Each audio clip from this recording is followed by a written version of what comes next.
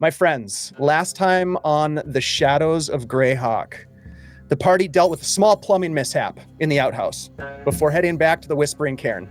Newcomers were ushered into a chamber of strange geometry and purpose, 7 corridors like spokes of a celestial wheel, lanterns of colored glass swaying faintly at each terminus. One of the chambers that should, according to the party's logic, housed a red lantern lay empty. But in the next corridor, they found an unlit orange lantern hanging from a chain. A yellow lantern hung silently in the next. Beneath it, accessed by a mechanical lift device, or a subterranean descender, as some might call it, was a secret sublevel that the party had explored, fought an elemental, recovered a 7-section staff, and barely escaped with their lives. Down the next corridor, a green lantern, also currently unlit, hung above a gaping fissure that opened to a second sublevel some 60 feet below that still kept its secrets, or at least some of its secrets, hidden. But it was the blue lantern that called to them last week, called to them. Finch went first, light-footed and unafraid, climbing the chain up to a secret level above with dancer's ease, while Osric's light chased him up. He reached a stone lip far above the others and vanished into the dark. What followed was pain, sudden and unseen, a trap of colored light that stilled the body and stammered the wind.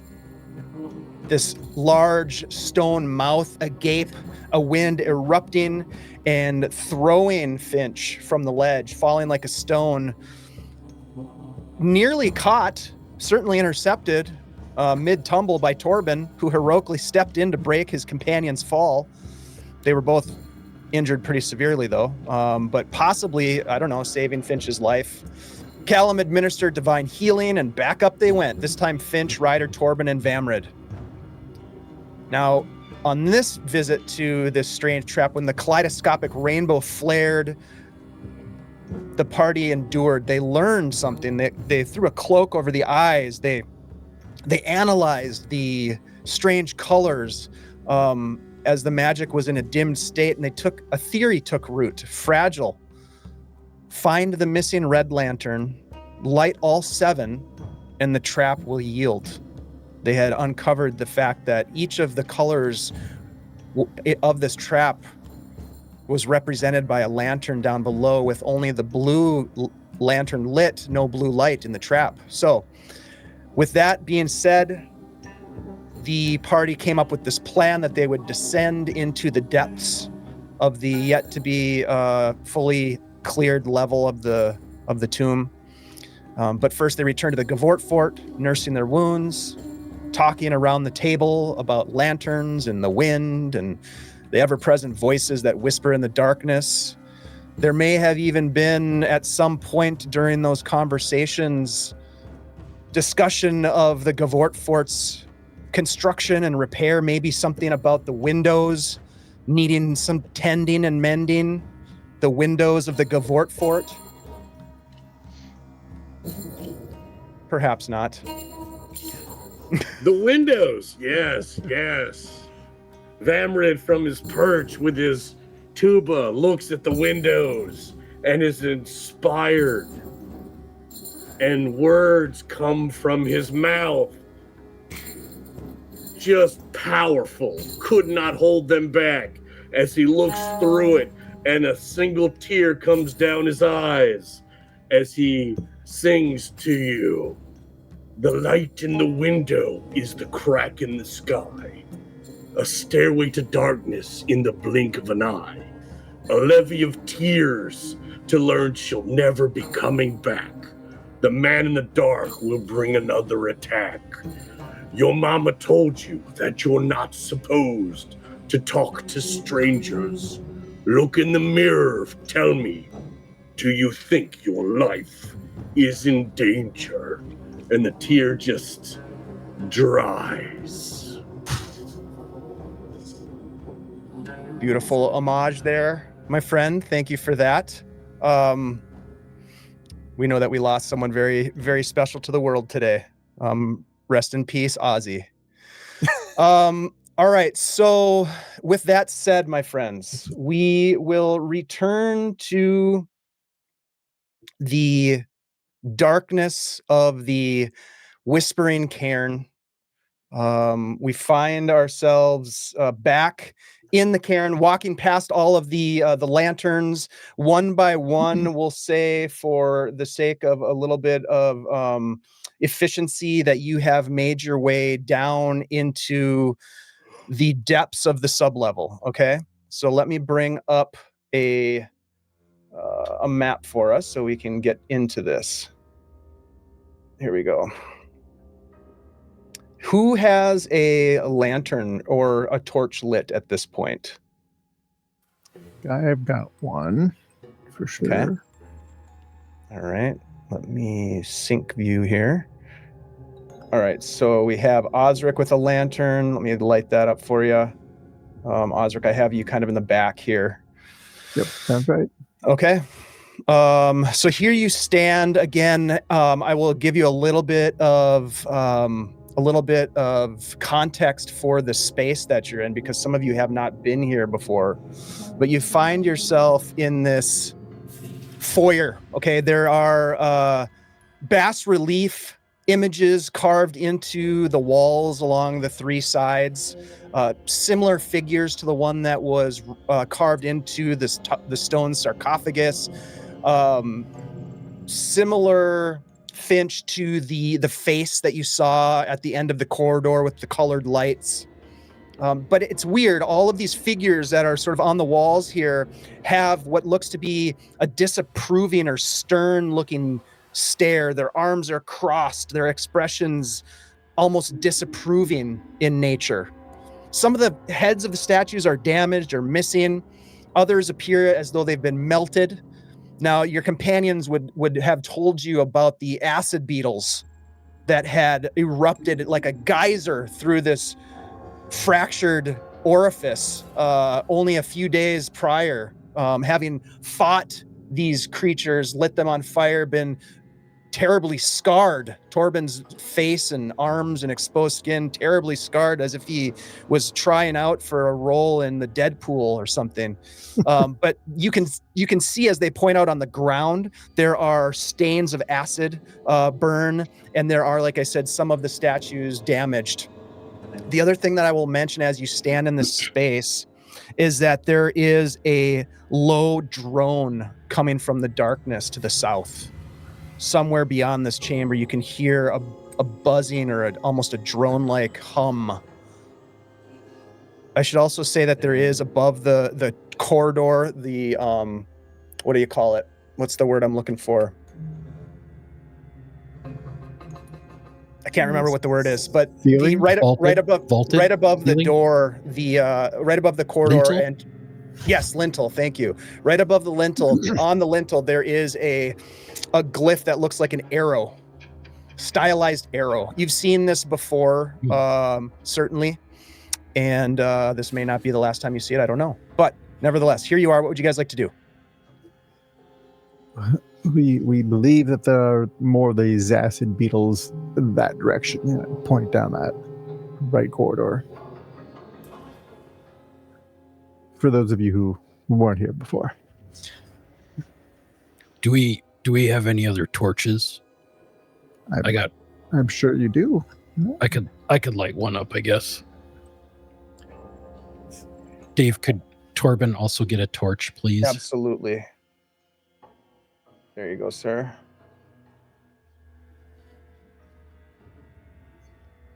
There was also a section down here that was underwater-ish. It was going into water, and we didn't really explore that too much.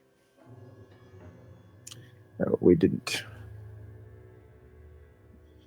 I think somebody threw something in there before we left, but I'm not sure who. I don't remember. I forgot about that. It was probably the bartender, I guess. Hi, Coco. Welcome. It's whoever's fault's not here right now. Yes. Yep, definitely. All right. I guess I could show you guys around a little bit. There you go. So Torbin's gonna move up. Love it. Take the initiative, Torbin. Over here, you got your basic living quarters. I guess you could say we look down in dying quarters, probably. And you'll see that around this corner here, we got a dead body. I don't know if. Yep, there he is. Took a look at him. He's still there. He's still there. He's not going anywhere.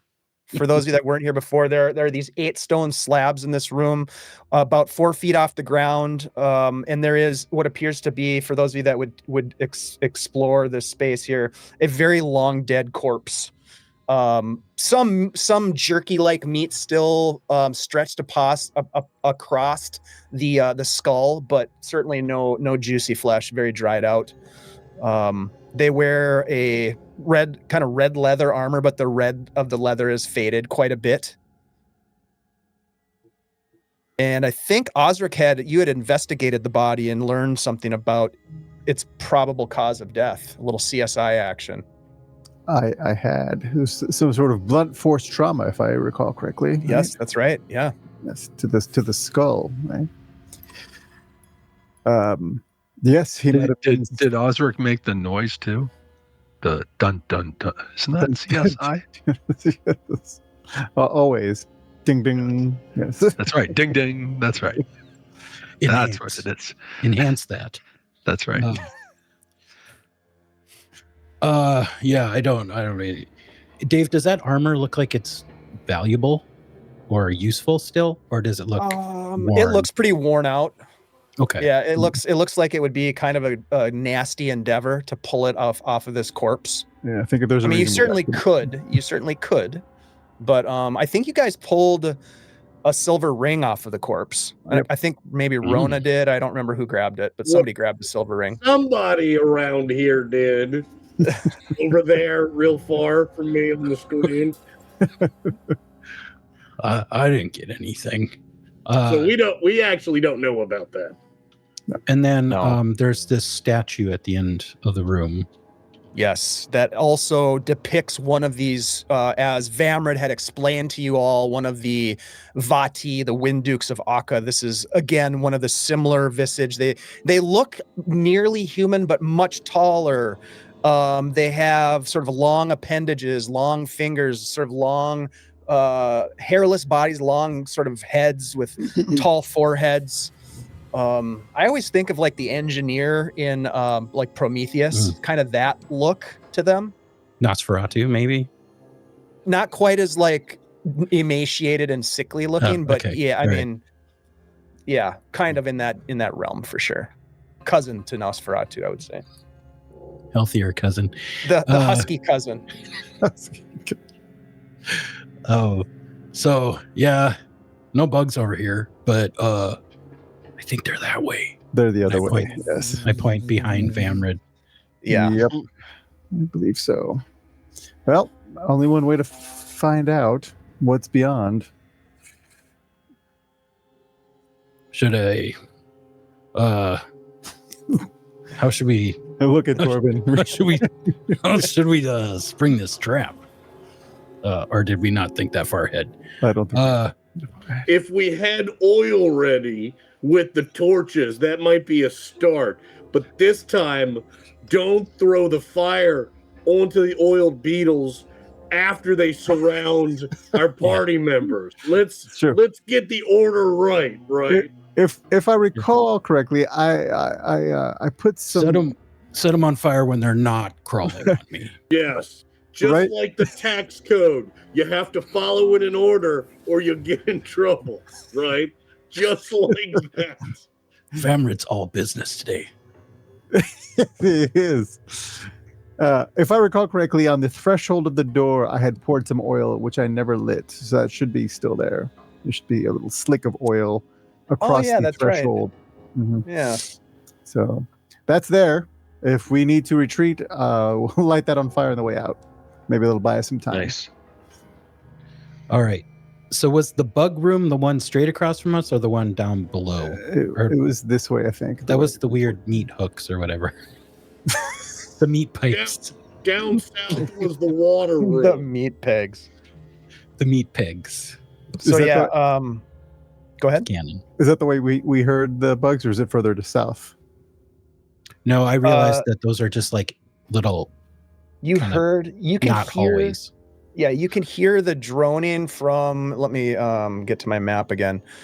It's over here and it's getting louder as you get closer. Yep. Yeah. So I thought I won't make the wizard go first.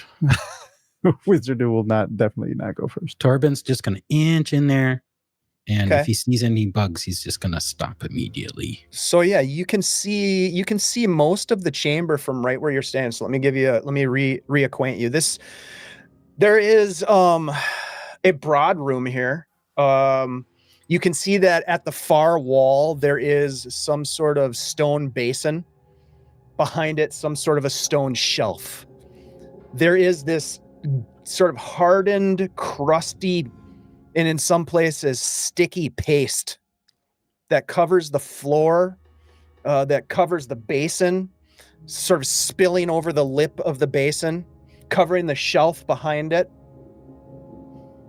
You can almost see from your position, Torbin, where you're looking, that there is some sort of like very subtle movement in the mass, but it's a little hard to tell where you are because you're still about 30-ish feet away. Does that look like the fungus or like the mold that we ran into before that was like burning people? I would say this looks different to you. That was a black mold. This is an orange, pasty, sticky substance. So I mean, color-wise, they're different. I would say that would be the biggest thing that would jump out at you. I wonder if it's flammable.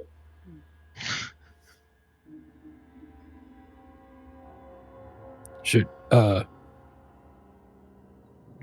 we try it? See any lanterns? I will. I mean, if we want to do this, I do have 3 torches. We can light another torch and give it a chuck with the knowledge that if it doesn't burn them up, they're a coming. Now, how about this? Barrett, if you light another torch, I can send it in there with my mage hand and see if they react to it. It'll only be the torch in there. Maybe we could back up around these corners, and then when they come out, we'll spring a trap on them. What sort of trap would you spring on? Just attack them from both sides. Okay. Well, If I was there, I would say there's a few things we could do. Where are you? I don't have a token. What? No. You're just in the dark. No, Oh, that's you're Finch. That's Finch. There you go. Sorry. There you There I am. There we go. Yep. I was invisible. Where'd you go? Eat your heart out, Osric. We could just,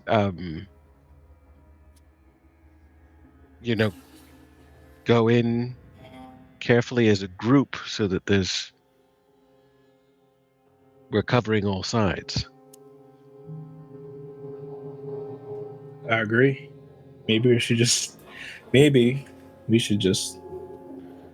You said before that one of your party got surrounded by the beetles and They swarm. They swarm all over Thanks, you. Drago. Thanks for the follow, Drago. right. But if we're all together, Then they might they swarm all won't be over. able to individually swarm just one person.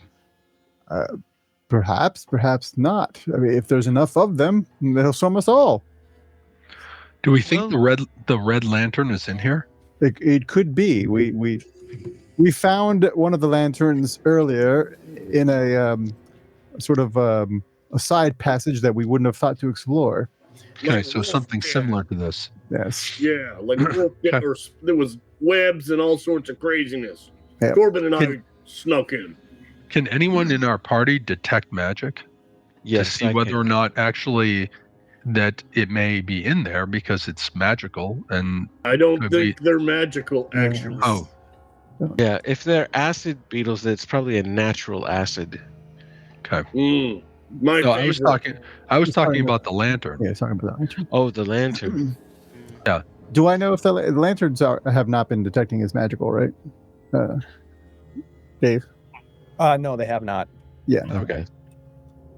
Just a thought that it would be a way for us to scan the room without. However, we did the one thing there was when we found the indigo lantern. Wasn't there a body holding it? It wasn't like a dead body skeleton. It was in like a pile of bones. Pile of bones. Hmm. Yeah, from like the wolves. The wolves eating them. Yeah. So, all right. Mm. Well, we either go in here and see if it's in this room, or we leave and try another color, or perhaps go to the south. I like the throw in the fire idea. All right. Well, I will magic it in and see if these bugs react to the light. I mean, if they're reacting to the light, they'll go after the torch. Wouldn't that make sense? Or One see would if- hope. see if Yes. that paste starts on fire. Oh, Yeah, also we- yes. Hmm. All right. Does anybody need to prepare anything or get anywhere specifically before we do this? Yes. I'm going to be around the corner. Yeah, I'm ready. All right. I do need to prepare for a few things, and then I lock and load my arms like Henry Cavill. Yeah, nice. Do we want to get as many eyes in the room once the torch is in there? So that we Yeah, have. I'll take a peek. Well, I'm looking around the corner here. Oh, okay. Thank you, Torbin. Torbin has his buckler out. His All right. buckler and his axe. All Dave, right, I'm so gonna Osric, what are you going to do? Go I'm ahead. gonna send the This room? torch in with my mage hand. Okay. 10, 20, 30. You can go up to here. Goes. That's as Okay. far as I can throw it. And it's just sort of floating there. Do I see anything reacting to it? Give me a wisdom check from where you're standing. You're still like, over 30 feet away, so seeing details is going to be kind of tough. Sure.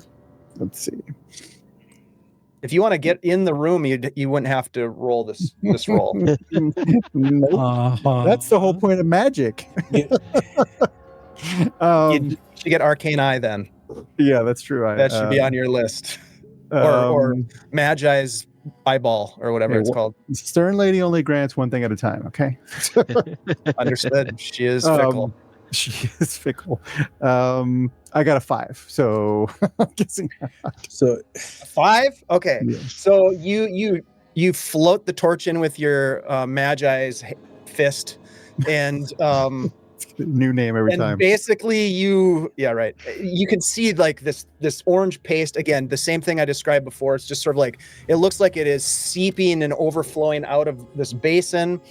You can see that the mass, this orange pasty mass is kind of with the torch right above the mass. You can see little glints of shininess all over this mass. Like that carapaces of the beetles we've fought before, or whatever those bugs were. That would be a pretty solid interpretation based on what you know. Does anybody see any lantern in there? I can't make anything out. Other than the tons of acid beetles that are hanging out in that goop. I get closer. No, I roll worse than you. I'm gonna stand like I step into the room. Okay. Don't get too close. All right. So you step into Here the we room. go. Here we go. Hey, somebody's gotta do it. You can kicking it off see again.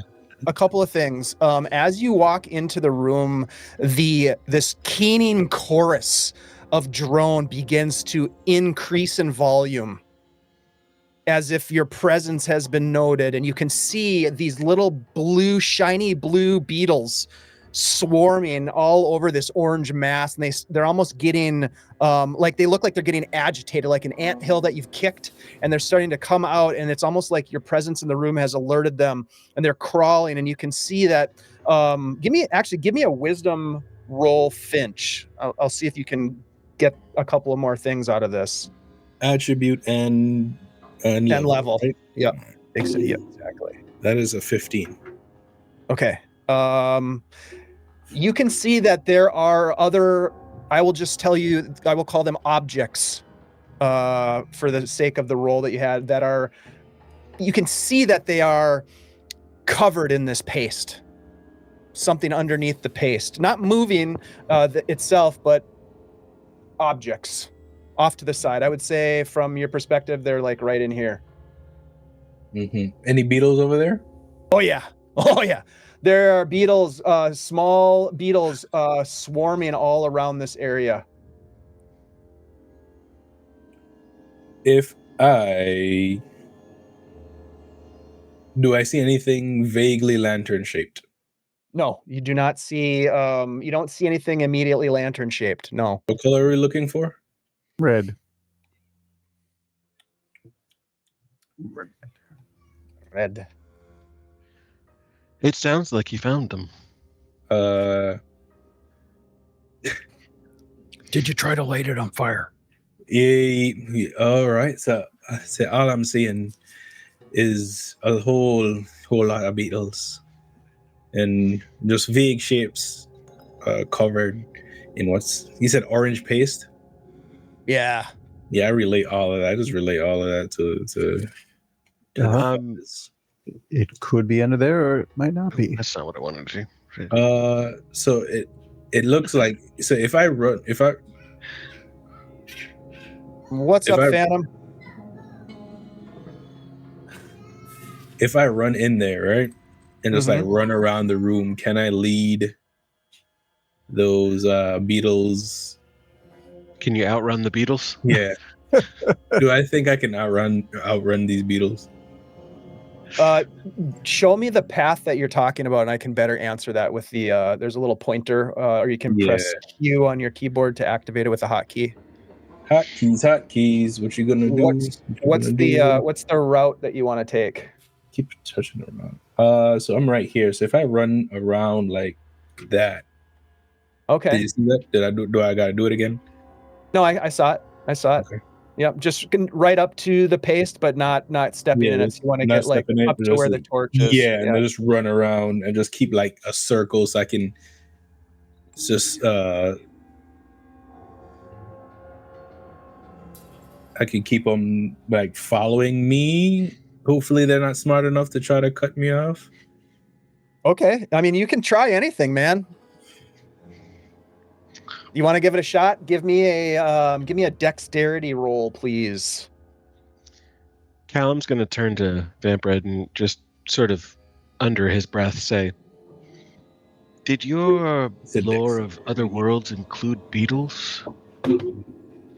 Ooh, that's nice. I think that's a 20.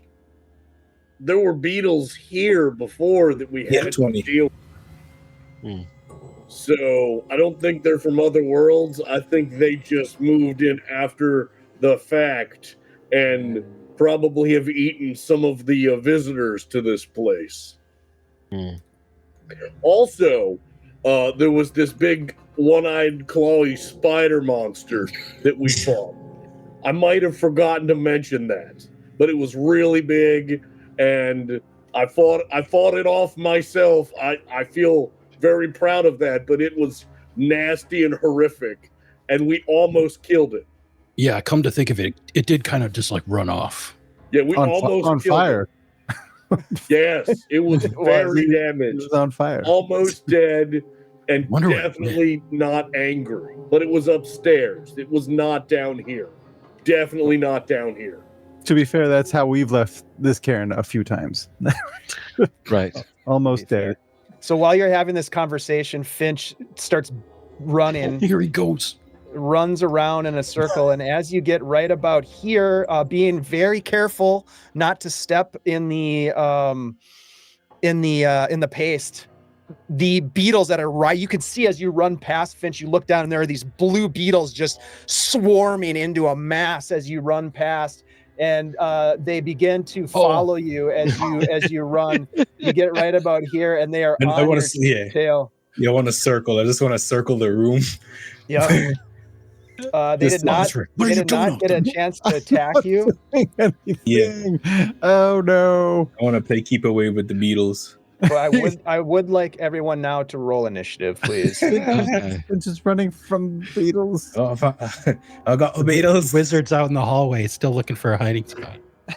There's a whole lot of beetles. Initiative is a D10. Oh yeah, D10. Whoops. Whoopsies. Nope, that's still wrong. What the heck? All right, here And it's just oh no. Not great. Oh no. Oh yes.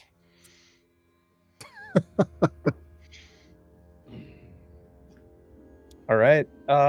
So Ryder, you are in the corridor, in the hallway where you are, Ryder. You can see to the south just a little ways here. Let me just move the map slightly. You can see into the darkness, and you can make out the fact that there are these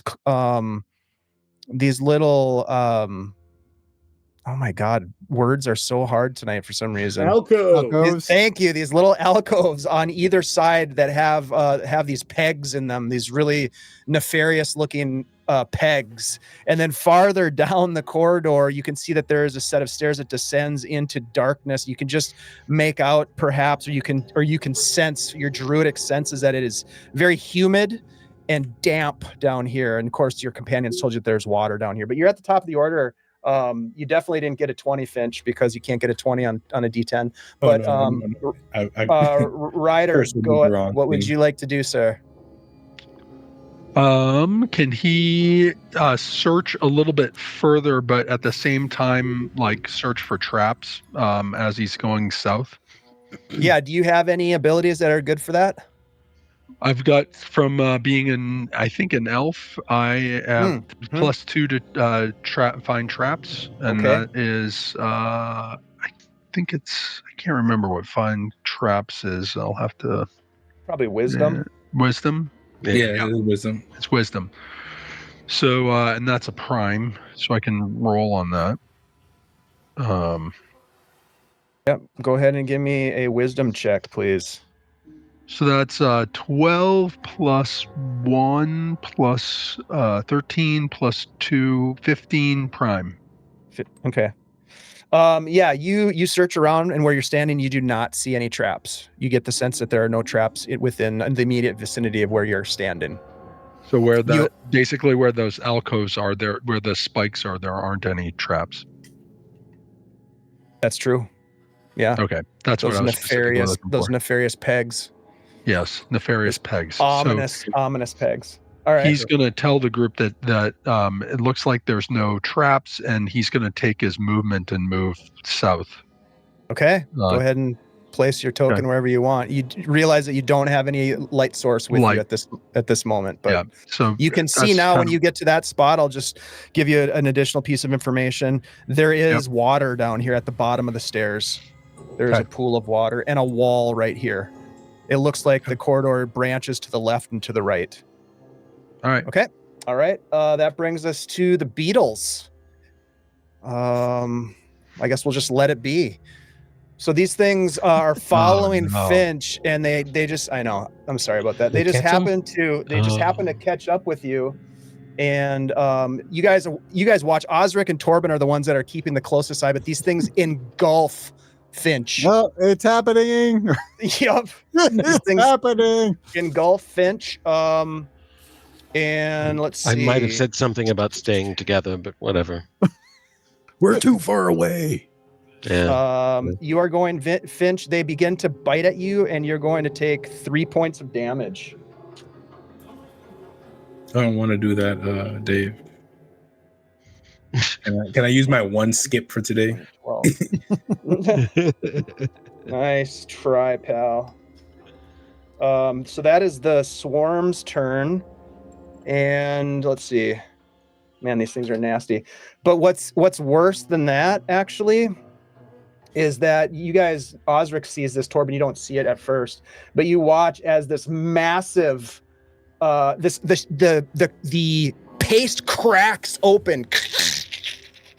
And you watch as this creature pulls itself out. It has these long stag-like horns on it, and it has this narrow head with these sharp sort of mouth parts as it this giant beetle crawls out and begins to crawl towards the mass that is engulfing your friend. I think based on that bit of, it cannot attack because it used its action to get there. So we will go next to Vamrid. Vamrid, what do you want to do? You probably hear, I don't know, Finch, do you make any noise whatsoever when these things engulf you? What's your reaction? We're all just back here watching. Yeah. You hear that? That's the noise I make. Shit. I mean, when you ask what I do, mostly cry, but I hear that's a free action in most games. I'll allow it. I appreciate it. The tear comes back. You know, this is great.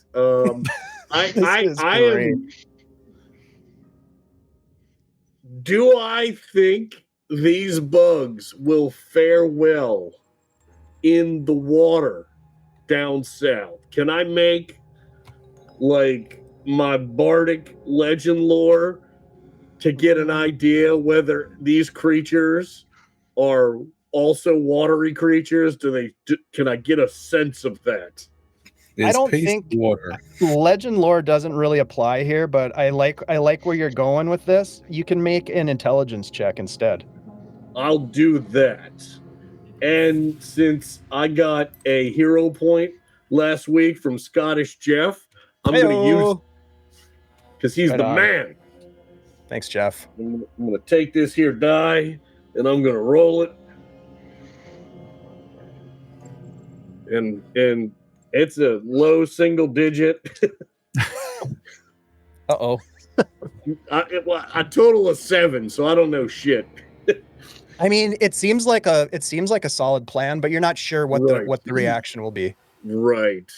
Well, hell. So I'd like to take one potentially final blast on my tuba, drop it, which makes another annoying noise, and come around to help my friend. Okay. So I will blast the tuba to rally the crowd and rally the troops. They'll probably leave, and run around the corner. All right. So, yeah. Okay, there you are. Is that your full movement there? I can go 5 feet farther. Okay. But you've moved over half your movement, so you don't have the option of attacking. But so I knew that. Okay. Yeah. Look, I got little stubby legs. I know. Yeah. All right. Stout of heart, not stout of speed. Good enough. We'll go to Callum next. Yeah, Callum is not sure what the bard is doing, but he's going to step around and the bard over Osric's shoulder. He's just going to quietly say, "I might plug my ears." Right. And then he is going to cast Soundstorm centered on the torch, which should keep it out of the hallway. And my hope is that Finch will be somewhat protected by his engulfment as a blast of sound explodes in a 20-foot circle. Yeah, he's definitely got bugs in his ears right now. I mean, I'm sorry, what are you casting? It's called Soundstorm. Soundstorm, okay. A pulse of sound that causes 1d8 damage. Voice of experience. Yeah, I guess so. Very cool. I have no idea what this spell is. How does it work? It's a 50-foot range, so plenty of range, and it's a 20-foot circle. 20-foot circle. So I'm just going to center it on the torch, which should keep it from hitting Vampred. Okay. And I'm just going to hope check. Finch has some kind of protection. Okay. All right. So let's see. Finch, give me a wisdom check. And let's go ahead. And because you are engulfed, I think that's a good... Let's give you a +2 on that roll. And... +2? Yep.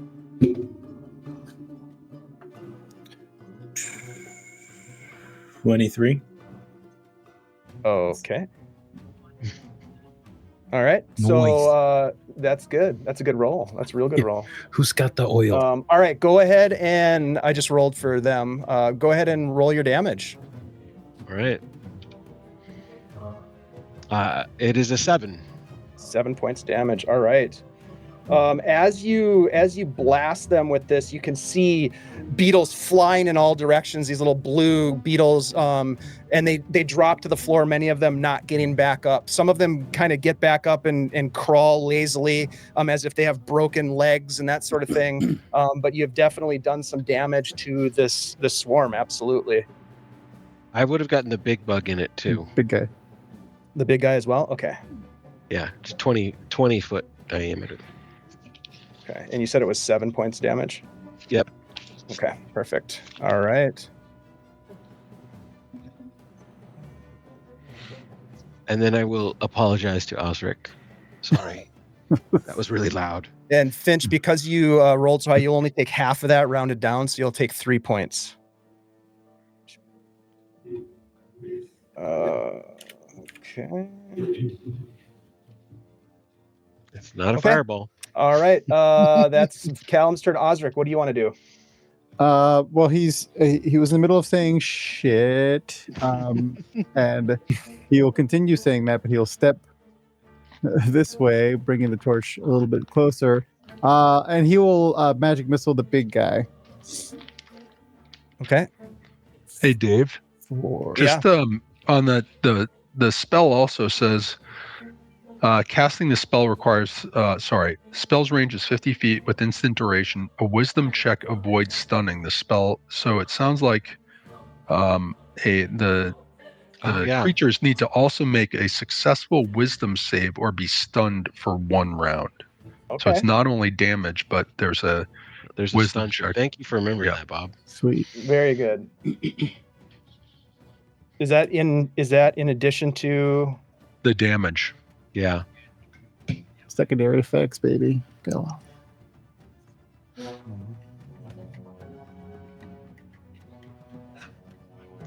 But that might also be that Finch probably also needs to take a wisdom check too to see whether he's stunned. Nah, he's fine. He's fine.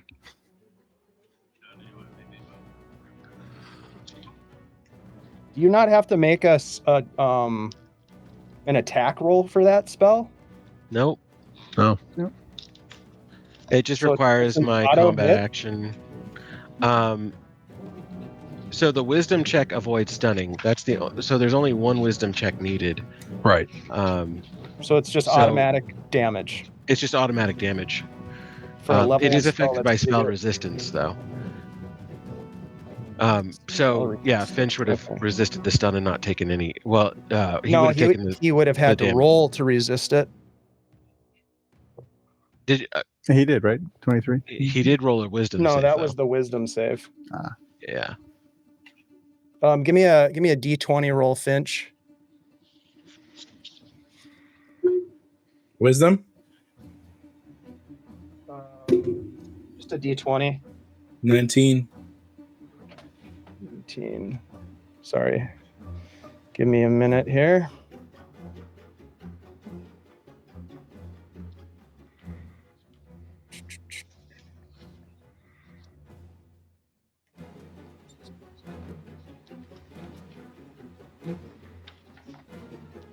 Okay. Yep. You would not be stunned. Your spell resistance roll was successful, but you did take the damage as identified. I don't like that spell. That's an automatic hit. That's pretty badass. I would say that based on I don't remember what I rolled for wisdom, but I know it was low. So I would say that they're both stunned for a round at this point. Nice. So Osric, you take a shot. I take a shot. I form. Yep. Here's another automatic damage spell. It's a magic missile in the form of a green skull that shoots from my hand and hits the big guy for 5 points of damage.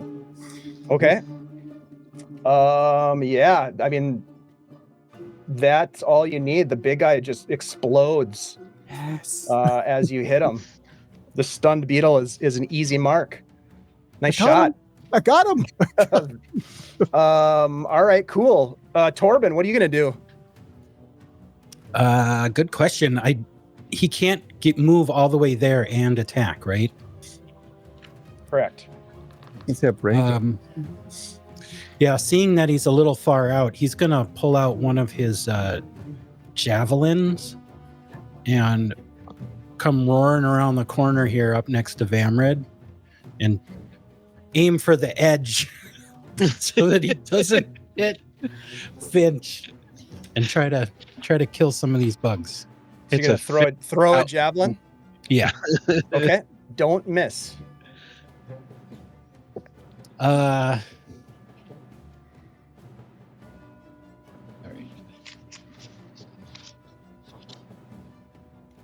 Sorry, I'm looking up my... That's all right. We're all learning here. That's 17 to hit. Yeah. Nice.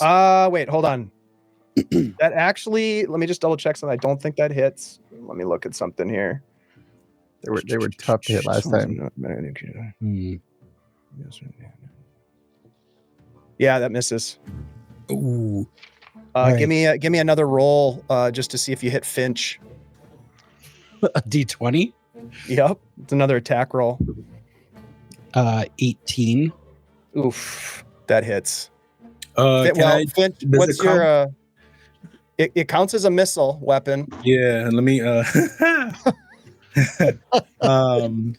can deflect that. I gotta find it though. You have to see it coming though. Does he get a plus to his armor class? And does he got a carapace basically? What's your armor class, Finch? 12. I mean, an 18 definitely hits him. It's not even close. It's not plate mail; it's beetle mail. Yeah. Also, it's let's do this. So Finch, let's do this.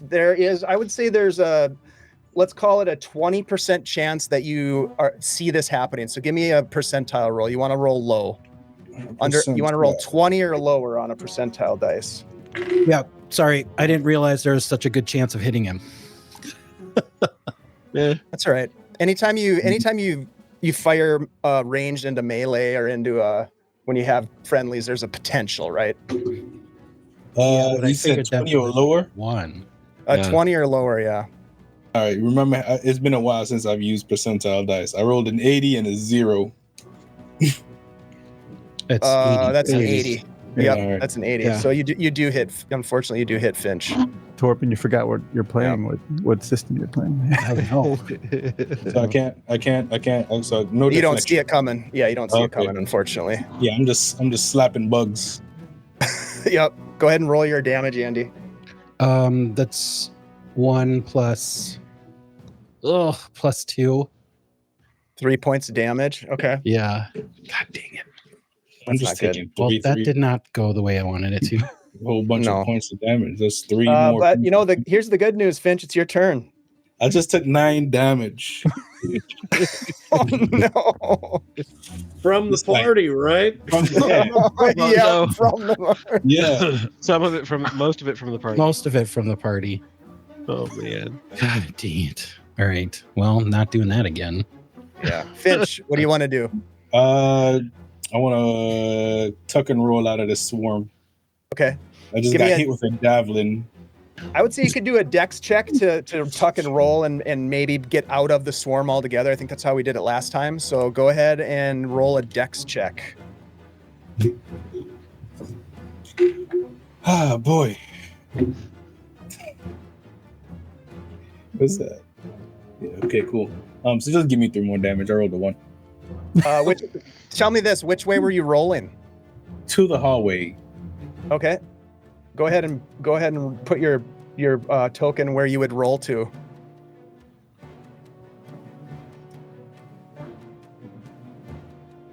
Token, where is he?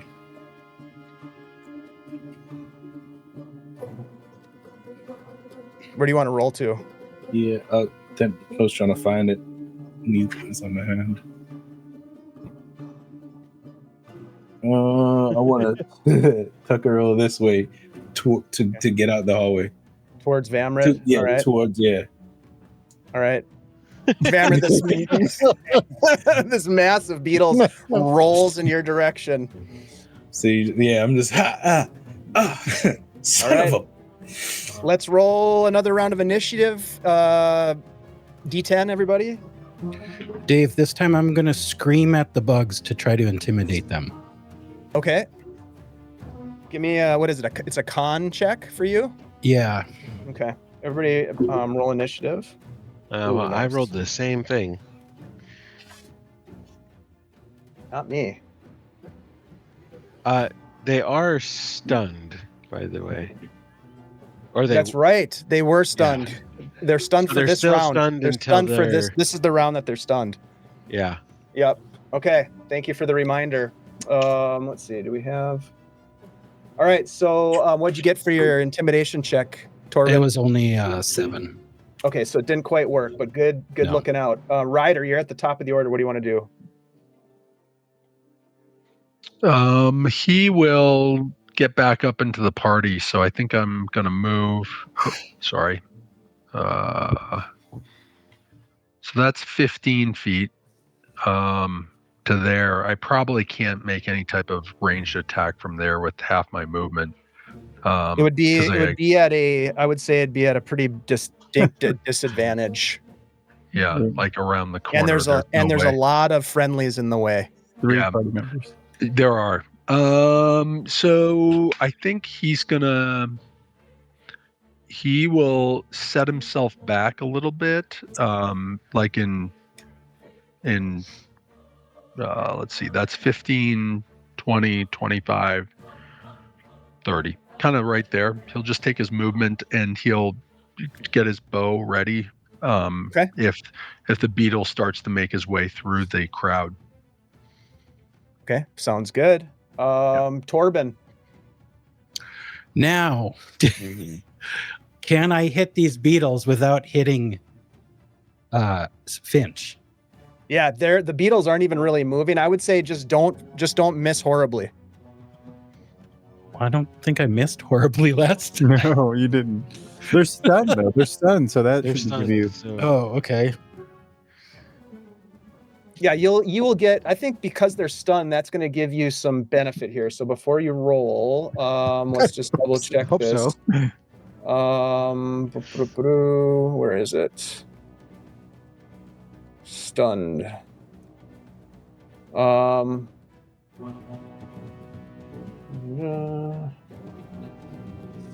Where is that? There we go. Stunned. -2. They have -2 to their armor class. So that's good. Okay. Yep. All right. So now that he's right in front of them, he's using his axe. Okay. Here we go.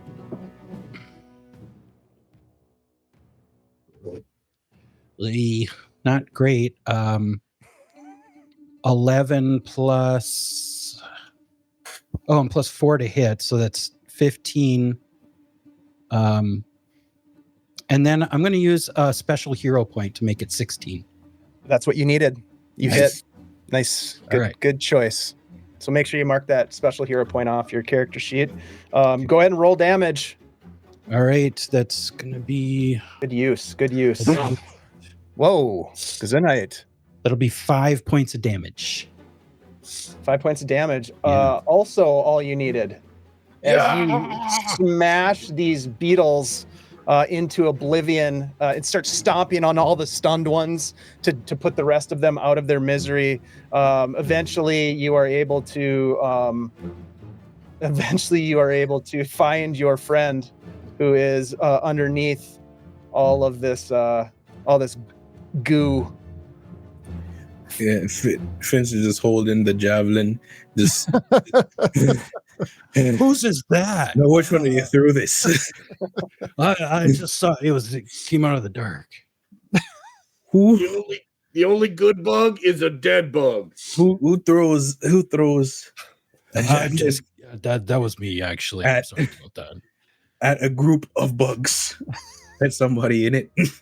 That's Well, Oh, last so- time they covered me, they set me on fire. So Yeah, it's I mean, sometimes dangerous to bad do things anything happen that when might you get endanger someone in covered the with area blood. of effect of whatever you're doing. I mean, fire It's, is a little better than just No. ruin. Your No, ears it's- are also ringing, Finch. Your ears are ringing. They hurt. There's a little bit of blood trickling out one of your ear holes. I'll be honest. I'm probably not. What's up, traveling Sir Tim? again. Great to see you, buddy. Thanks for being here. Look at Torbin's face. That's the result of these bugs being set on fire. Friendly fire. I'm really sorry, but can I have my javelin back? Pray to throw it after me again.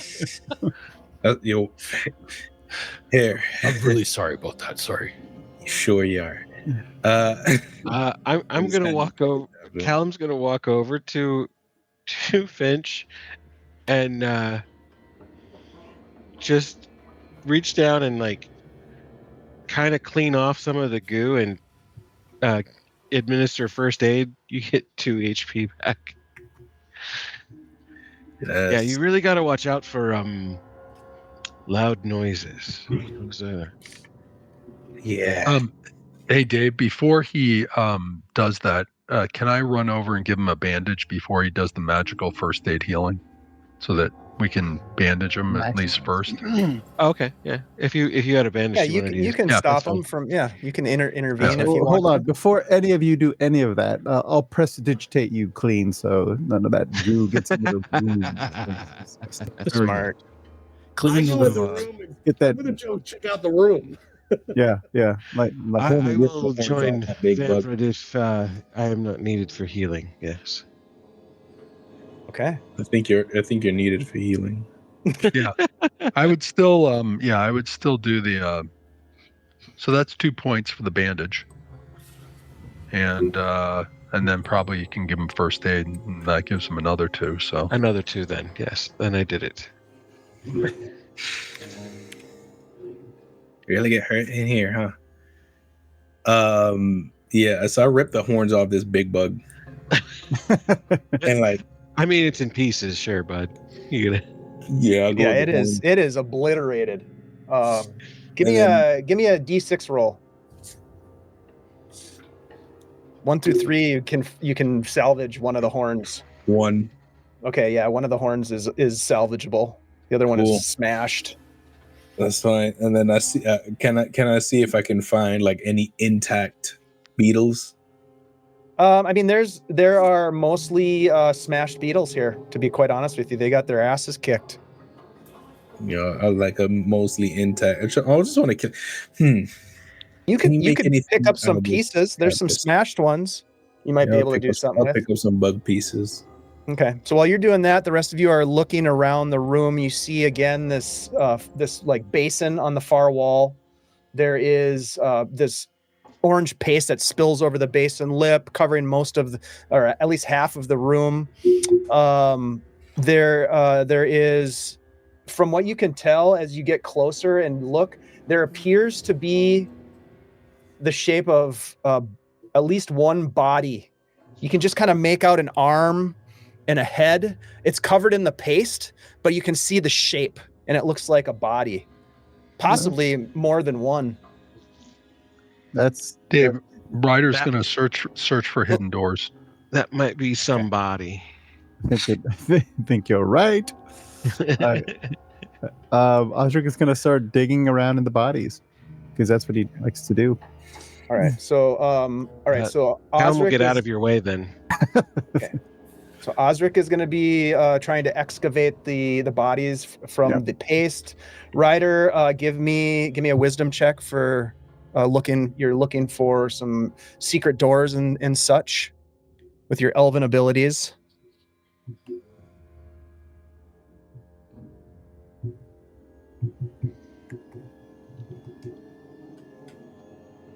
Yeah, you might be muted. Yeah, you're muted, Bob. 15 plus levels 2, 17, 18 wisdom, and then plus 2, 20 total prime. You do not find any hidden doors. Okay. Along that wall there. All right. So while Osric is extricating some forms from this stuff, what's Vamrid doing? Checking out the fountain. Okay. All right. You go over and look at the fountain. What's Callum doing? You're just kind of stepping back and getting out of the way. Yeah, I'm just gonna watch Osric, just kind of like. Yeah, Torbin's like next to Osric, kind of helping him. Okay, and then what about Finch? If I'm done with the bugs, just go over and check out the paste and all the other stuff and the fountain. All right, cool. We'll go with Osric and Torbin first. So you start cracking this sort of hardened shell-like paste and breaking through it, peeling it back. It's once you get sort of like underneath it, it's sticky to the touch. I don't know if you have gloves on or not, but if not, it's on your fingers a bit. Is this beetle dung? What is this excretion? I believe they call it guano.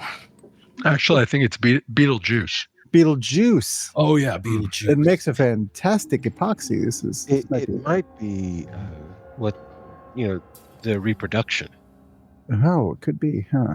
I'll have to examine the big guy. I'll keep digging until I find the bodies and anything that they might be carrying or have on them. Sure. This will take you some time while you're doing that. Vamrid, you and Finch are looking at the basin, and it has some ornamental designs carved into the stone, akin to the vibes of this entire place with some of the strange geometric shapes and that sort of thing.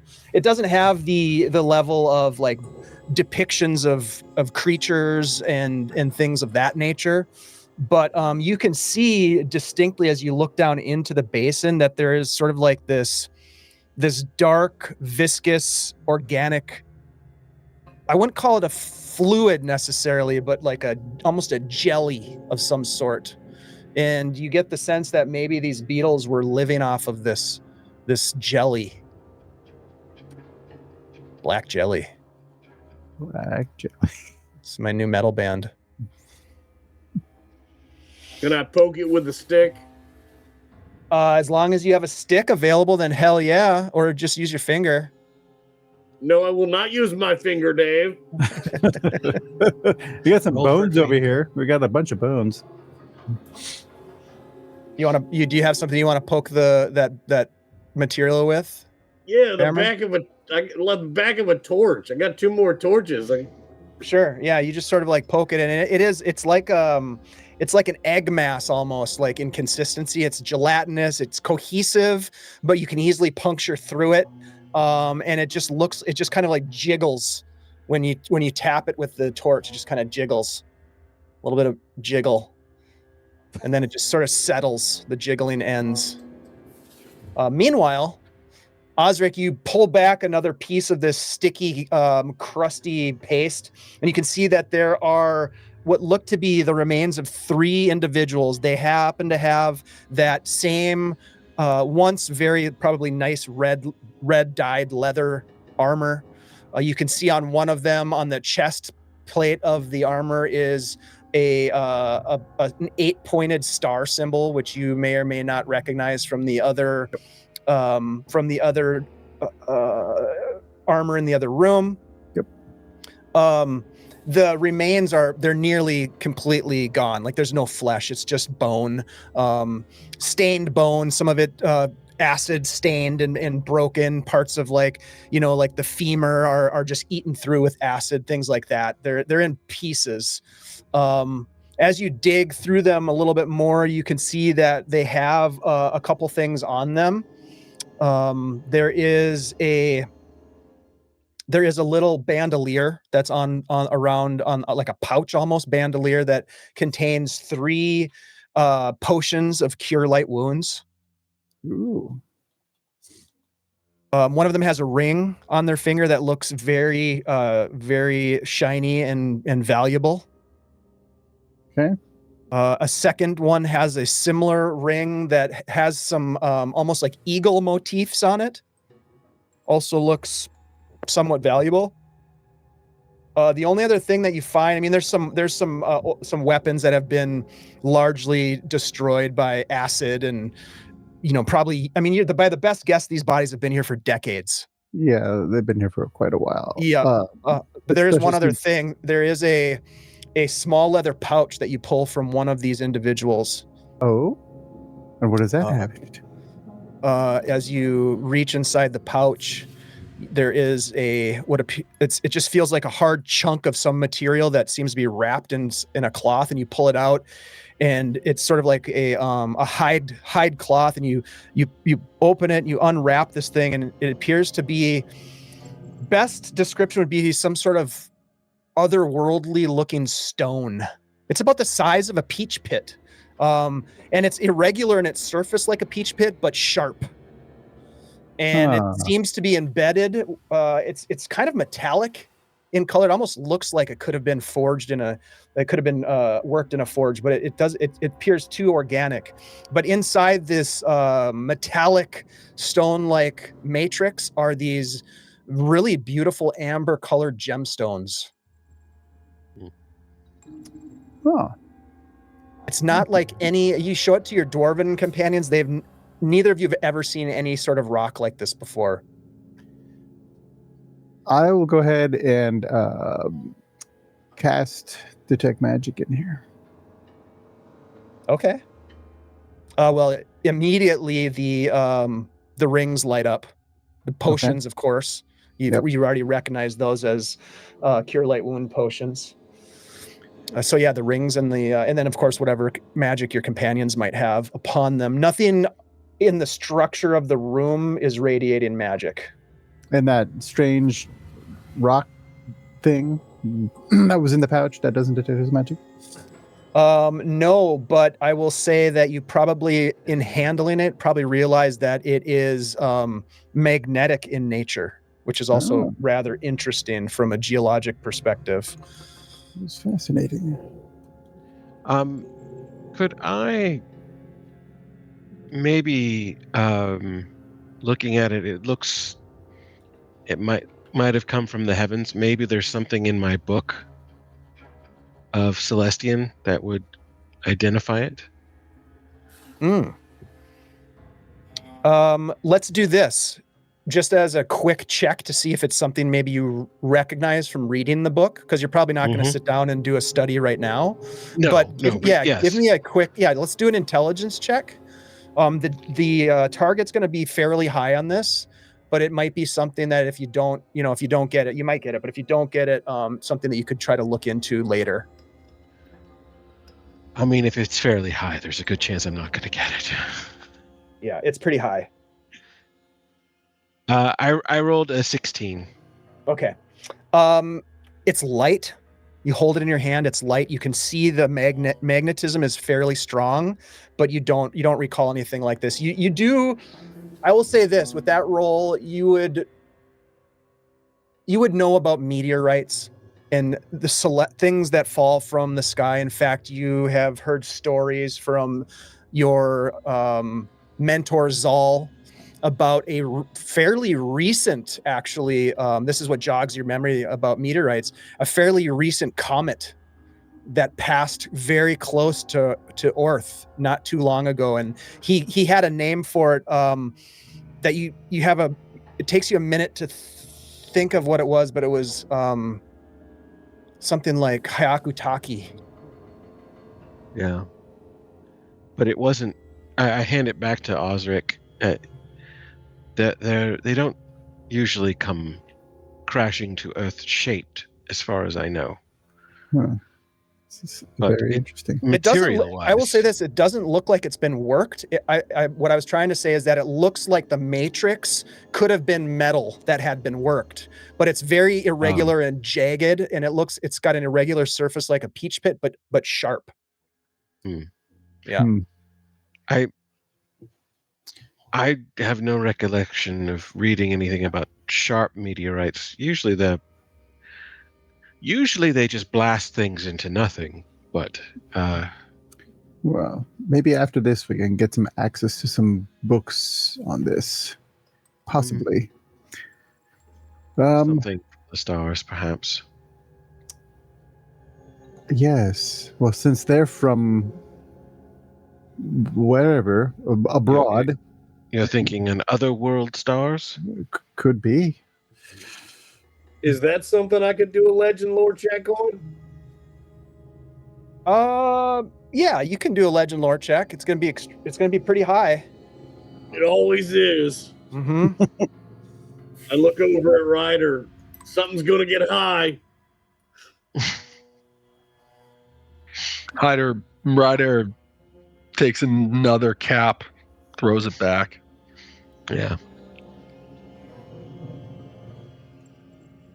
Only a 14. Okay. Yeah, it's unclear. It definitely doesn't look like anything that you've ever seen before. And you've spent a little bit of time around mines. Mm-hmm. Mm-hmm. I will say this: it looks valuable. As far as the two rings, can I tell anything other than? I mean, I should be able to detect the strength of the magic, whether it's lingering, faint, moderate. I think it's more than moderate. Whatever the next level above moderate more than is. Moderate. Yeah. So they're strong actively- magic. Yeah, strong magic. So that would be strong. All right. Oh, very good. All right. Well, I'll have to get them identified. All right. Well, no lantern though. No lantern. Dave, Ryder's going to move behind here, and he's going to do another search for hidden doors. Yeah, you can't really get behind that. There's not really enough space, but and you don't need to roll. There's no other doors in here. You look around the space and you don't see any secret doors. Okay. Thanks. Yep. All right, what do you guys want to do next? Well, you know what? Here's what we'll do next. Let's take a quick break because last time I forgot to take a break, and this time we're going to take a break. Hey everybody, thank you so much for hanging out with us. We survived a battle with bugs, and what more can you say? We're having a good time. Thank you for hanging out and following us and supporting us. We'll be back in just a couple of minutes.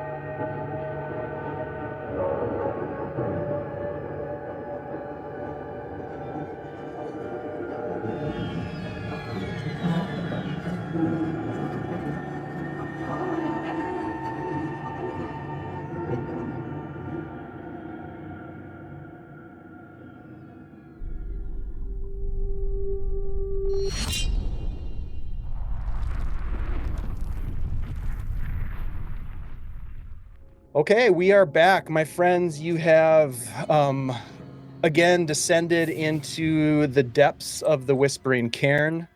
You have encountered a mass of beetles that you successfully fended off, although there was some collateral damage involved. We're not going to lie, there was collateral damage, but we're moving on from that as we return to the game here and into the depths. You guys have cleared this room. You have gathered up anything that appears to be of note, and you did not detect any secret doors to any additional caverns or chambers. What would you like to do next? Where are we headed? Well, we can either leave and try one of the other lanterns or go down to that river, which I think we wasn't should very promising last time. Yeah, we should at least see if that leads anywhere, though. Is it deep? We don't know. We don't know. One of us, it would. I feel like then something. I'm sorry. Find out, right? As I talk over Osric. Take turns, you guys. Take turns. Osric, go ahead. Initiative. I think, didn't we see something move in the water last time we were here? I can't remember. Torbin? We got nervous because of the buzzing that we decided to leave. We were just too scared and we ran away. Yeah. Nothing wrong with that. Right. Out of character. When somebody threw something in there and made some noise, but I don't remember who it was. Well, then let's investigate it further. Then. I do Yeah, too. I think we should check it out. We can't just may as well check it since we made it all the way down here. all needs to be explored. Yep. So you make your way down this chamber, down this corridor, finding yourself standing at the top of a set of stairs that descends into what appears to be a flooded chamber. Now, as I mentioned before, there is a wall immediately at the bottom of the stairs, but there appears to be hallways that go to the west and the east here. Go ahead, Osric.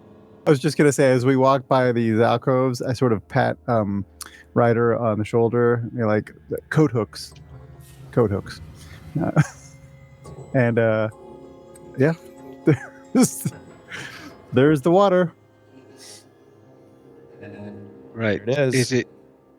I put the torch over the water. Torbin will go and stand like at the very bottom of the stairs. Okay. Put his boots At the in the bottom of water. the stairs, your feet are just in the water, getting a little wet. You can see with the illumination of the torch that there is about 3 feet of water. So it would be up to Goldie's eyeballs, probably. Yeah. Is it clear? It's murky. My favorite kind. Is it cold? Yeah, I mean it's not freezing cold. Like it's not as cold as when you went into the chamber with the mold in it. That was cold. This is a little bit more humid, a little more damp. Clammy? A little clammy, yeah. A little clammy. All right. Do we think something's in the water?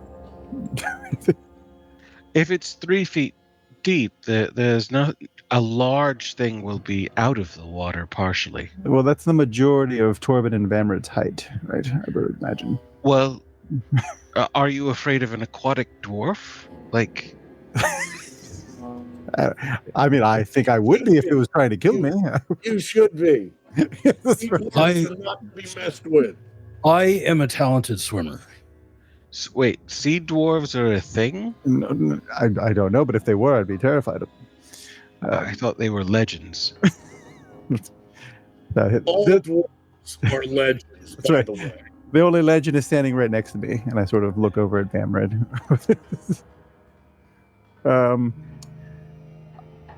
By all means, proceed if you wish. If we want to draw whatever's in the water, if we think something is in the water, perhaps we do it here now, so we don't. Is the water still when we get up to it? It is, yeah. Dead still. That's good-ish. Unless that's what they want us to believe. Right.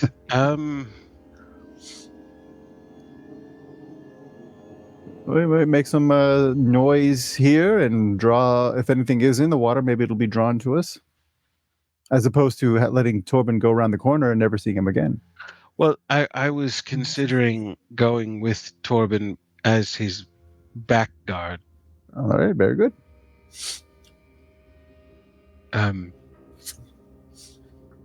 Just as long as well,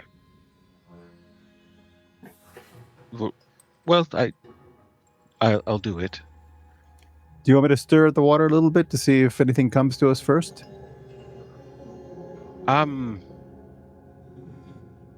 Or just sneak up on whatever it is. Yeah, or we could just sneak up on it and try to be quiet. In water. I can't hear that well underwater. Just saying. Oh, It's at this point you You knew you fucked up. you hear a splash as Finch jumps into the water. Okay. You said it's like Wow. 3 feet, right? Yeah. Yeah. He- Yep. Yeah, It does. I take one step further in than Torbin. Perilous. Are you jumping I think in, or are sums you it up. just walking down the stairs? Not He- wanting to be outdone, jump- he moves forward a little bit. Not dive, but jump. Like, Cannonball. skip a couple of steps and just jump down. Caleb moves Okay. forward, but he's looking at Finch like, His name is Really? Perilous. again? It's Perilous. So Finch, Aptly you named. jump and land and splash, sending ripples through this little area here, and they dissipate as they ricochet off the walls, and it goes silent again. Calm. Wow. Not even sloshing. Interesting. Okay. That does one thing. That does one thing for it. You know, Torbin will move up to the wall. I will stay behind you, Torbin. Finch, you might want someone at your back. I turn Other than around. Osric. True. I turn around and just look expectantly. All right, so Torbin, And- you start to wade into the water. Finch doing the same. Callum behind. It is, like I said, about 3-ish feet. So depending on how tall you are as a dwarf, Torbin. I don't know if you have your height figured out, but it's You can look it up. chest height probably, or maybe a little bit lower. But Finch, it's probably like thigh, not quite to your waist. Do we want to pick a direction? What if we go around both sides? We're more likely to split the party. I think 100% likely.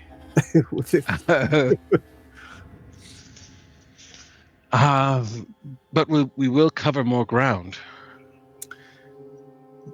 True. Yeah, Dave, it just says they're 3'10" to 5'2". Okay, so yeah, it's probably like chest height on you. It's pretty high on him. Yeah. Now there was a chamber elsewhere in this complex where it went in a circle. There was like a middle area, and the hallway, much like this one, circled all the way around it.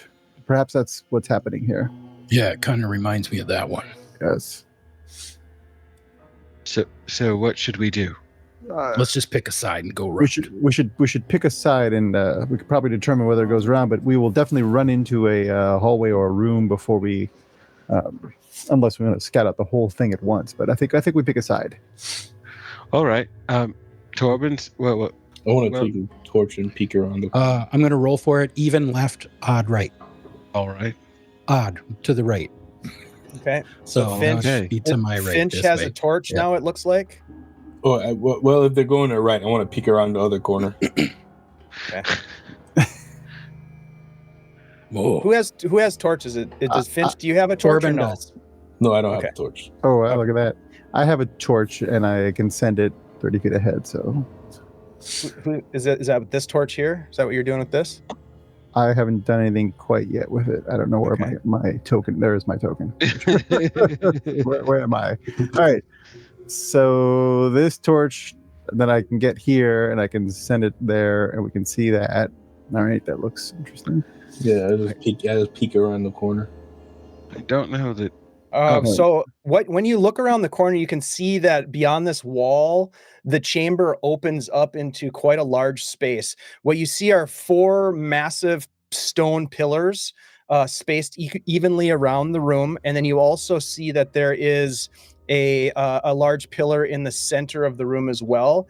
And Torbin, Exits- give me a wisdom check, Torbin. Probably not great. Plus 8. 8 total. Okay. It looks like just these massive stone pillars are holding the roof up, as best you can tell, as you come around the corner. Okay, that's good. He'll just kind of describe what he sees and move over a little bit so people can get by him if they want. Right, that's good news in that we don't want them breaking. Right. Yes, load-bearing pillars. Yeah. There's been a few traps in here. There have been. Keep that in mind. Mm-hmm. Underwater traps. Vamred, would you like to come in front of us then? I am not a rogue. I have So can I I? have equal ability to see strange stonework as my friend Torbin. I can also look for traps. I would say based on where you're at, Vamrid, you probably can't see a whole lot. The room looks to be of the same construction design as the other things you've seen. Go ahead and roll find traps rolls if you're looking for traps, Finch and Ryder. And Osric, you're manipulating that torch out in front. Okay. Yep. Remind me again. This is level and what, wisdom, right? Yeah. Whenever you roll an ability check or a saving throw, you're always adding your level. All right. And you're. Oh, that's really loud. Whatever that was. Holy shit! I dropped my dice. Holy shit! What are you throwing? A metal rock around? Holy crap! That's loud. Okay. Very loud. All right. So what did you roll, Ryder, for your wisdom check? Okay. Yeah, you don't see any traps where you're looking about. What about you, Finch? I rolled a 16. Similar for you. You don't seem to see any traps. I will say, Ryder, you probably notice, and Finch, I'll say you notice it too, that there are strange spigot-like I don't know, apparatus that are attached to these 4 stone pillars, the one right in front of you, about 8 feet up off the ground.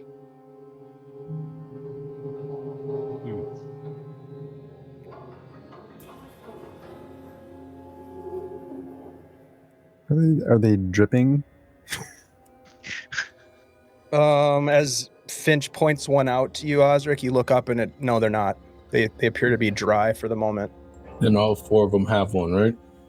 Yep, all 4 of those pillars have one of these strange spigot devices. What happened?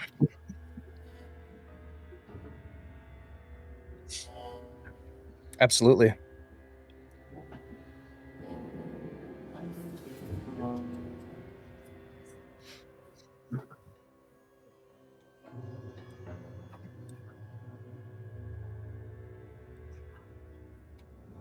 Okay.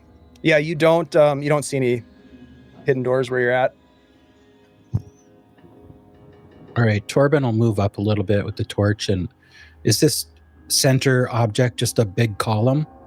It is, from best you can tell. Yep. So he's gonna just kind of start wading into the room a little bit more. Is there an exit? Those are exits. I'm just going along the wall, just sort of keeping my So hand Callum, there. as you get there, I'm gonna move your torch back. Osric, you're getting a little too far ahead. As you because you wouldn't be able to see around the corner there. Yep. You can see, however, that there are Osric and Finch. You can see that there is a corridor here, and Callum, you can see that there is a corridor here that branch off from this main room. I go peek. Right.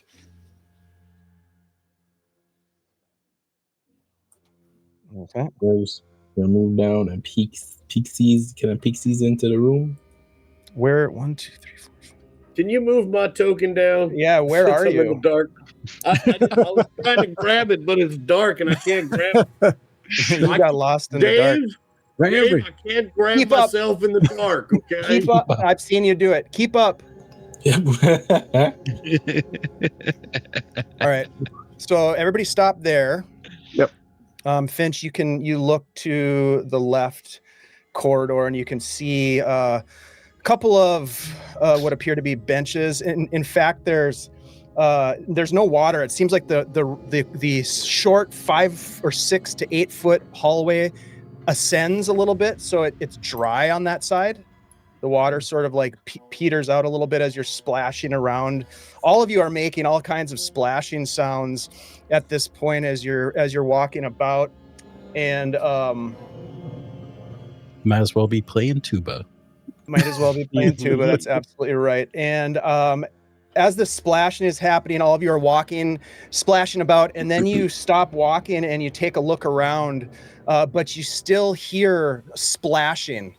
That's when a big wave of water comes up and knocks out this torch that you're carrying, Torbin. It just gets drenched with water and goes out. And let's see. Let me just roll here. There's 6 of you, a d6.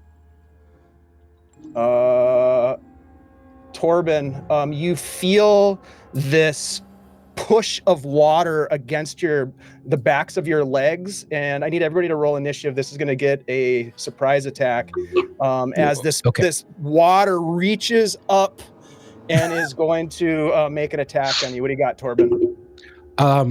Torbin does have, through combat sense, he has a +2 bonus to surprise checks. Halves an attacker's back attack. Okay, so this would, let me see, what does that, where is that? +2 bonus to surprise checks. What's a surprise check? That I don't know. Let's see. Surprise. What are we rolling right now? You're rolling a d10 for initiative. Oh, okay. Yep. Don't know what that is.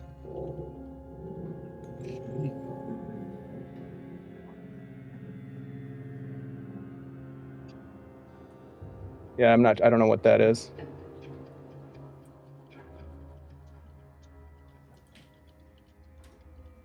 So it would be the barbarian's combat sensibility.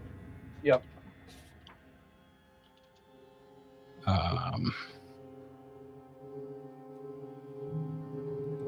Shoot, I moved over to dwarves. Okay, give me a wisdom check and then add +2 to it. Wisdom, Torbin. Okay, so yeah.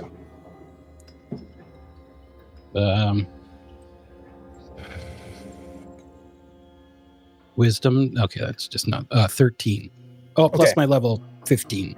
15. Okay, not quite enough to see this coming. But you will get what's the other benefit that you get because of that? It is halves. It halves the attack damage from a back attack. Okay. We're getting into some real specific shit here. Yeah, CNC type stuff. Absolutely. Back attack. Can you search on the PDF? I think I can. Back. Not to be confused with the Big Mac attack. Yeah. No, I found although that does sound good. An attack to the rear of an opponent gives the attacker a +2 bonus to hit. The rogue and assassin do not get this addition to their back attack bonus. It is already considered in their class abilities. So it's a +2. But that's under rear attack, so I don't know if that's like the same thing. I can find other instances. Yeah, it's like an ability or something. Yes. This is not making a back attack. A back attack is something that a rogue makes. This is not a rogue. So it's just making a normal attack on you. Okay. All right. It is going to try to bash you. Don't bash me. That is going to be a 14. 14 hits. Okay, bash. Well, if he has his buckler out, that meets, but that still beats, right? Yeah. Yeah. That is going to be 6 points of damage as you feel the slam of this water hit you. Yeah. Let me get my initiative roll in here. Ouch. Okay.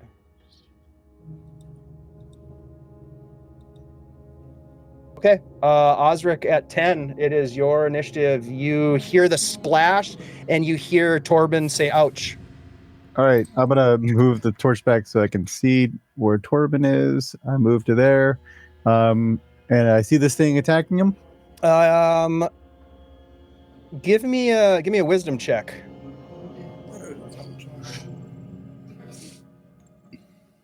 It's a 19 on the die. Yes, you do Plus see it. stuff. You Okay. see it hit him as you quickly turn. That's just a wall of water that's coming out of the. It just looks like a wave just slams up against him, and it's starting to recede back into the gentle pool that you're all standing in. Can I get a shot off at it? Yep. I would like to use my other magic missile. Okay. 4 points of damage. Okay. All right. You fire your magic missile. It blasts into this thing. Water gets splashed all over Torbin, and then this thing just settles back into the pool. That brings us to Vamrid. I would like to get next to Torbin, if I may. Can I sneak right down there Absolutely. and just hit that water right where it was with the sword? Okay. You'll still have a chance to hit it. I would say it's gonna be a little bit higher difficulty to do so, but yeah, let's go for it. So let's see. Said the magic word, higher. Yep. Go higher. Go high or go home. Right. Go high home. Wait, Go- what? Go home high. Go Get home. high, or go Get home, high and go home. and then go. 17. I hope. I hope. You slam into the water and it feels satisfying. Yes. Did you hit it? Yes. Absolutely. Did you not see me just hit it? But I Finch, think what are it you- slipped away. What are you doing, Finch, while this is happening? So I'm just seeing them fight water. Yep. You know, Something hit hit me. me. I know That it's- gets weird around here. I know it's been real stressful, with everything we've been through, but I don't think this is a time to play in the water. And I don't have the torch, so I can't see. Osric, can you point the torch this way so I can, see what's happening? I mean, Osric on your is- turn, you can. back to it. Yeah, I can't do Well, it. you already know what's in that room. I can't see though. Yeah. Darkness. Yeah, he took a But glimpse of you it. do know that there was no water in there. Yeah. You had a chance to at least see that. I step in. The little eaker I can see. I just take a step. When you're all done playing, I think I found there's benches in this room. I don't know what it is, don't know what they do, but there's benches, and I just take a step in. Okay. And listen. See if anything weird happens. Sure, give me a wisdom. Place your token where you want it to be if you're going to step in, and then give me a wisdom check. Yeah, let's take one step in because I can't see. Yeah, it's very dark. And then a wisdom. Mm-hmm. There's a potato.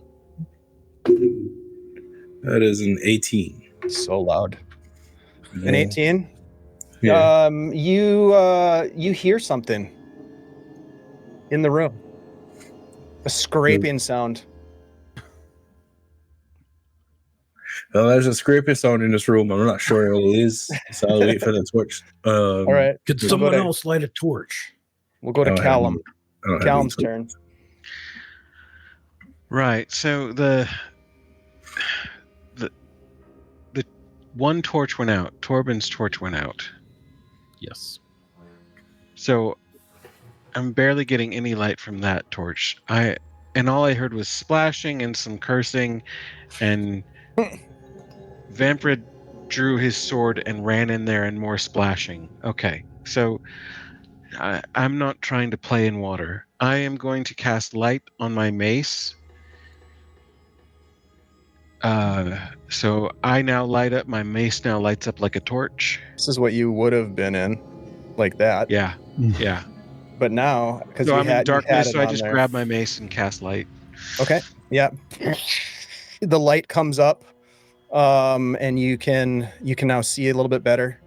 And I'm just going to ignore the splashing and Vampred hitting the water with his sword, and I'm going to venture in here and actually walk up out of the water and examine these benches. Sure. Or examine the room I'm in. Yeah. Yeah. It's a small room, and it contains four benches, and there are a couple different niches that are along the walls. And atop one of the benches, not depicted in the map, but atop one of the benches is a corpse clad in the telltale leather armor that you've been seeing on some of these other individuals, suggesting maybe they were all from the same crew. And let's see. Does the corpse greet me? Do I have to turn it? As you investigate the corpse, it doesn't immediately like rise to greet you or anything like that. But you do look at the corpse. You can see that it appears as though it's been torn apart. Again, leathery, jerkified skin, like it's old. It's been there for decades, but something torn apart. Bones are broken. Some of the bones are scattered about. And you can distinctly see again that red leather armor with a star insignia over the breast. They have a long sword in a scabbard on their belt, and on the ground next to them is a red lantern. Oh. And that is your turn. Can Callum reach down and pick up the red lantern? Yes, and that is your turn. And then he will smile to himself. You're gonna have to wait till next round for the smile, I think. Oh, I want the smug smile. Oh, all right, you can do it. I'll allow it. Smug smile. All right. Smug, you get a smug smile. Okay, so that brings us to what lies beneath the surface. And let's see. All of you in the main room. So this would be Osric, Ryder, Vamrid, Torbin. You start to feel the water begin to pull beneath the surface on your legs as if there's a current. And it begins to sort of like spin. And I need everybody to make a saving throw as whatever is underneath the water is stirring up a vortex. I do as well. Not Finch and not Callum. Everybody else. Are we in some cursed hot dog water? No.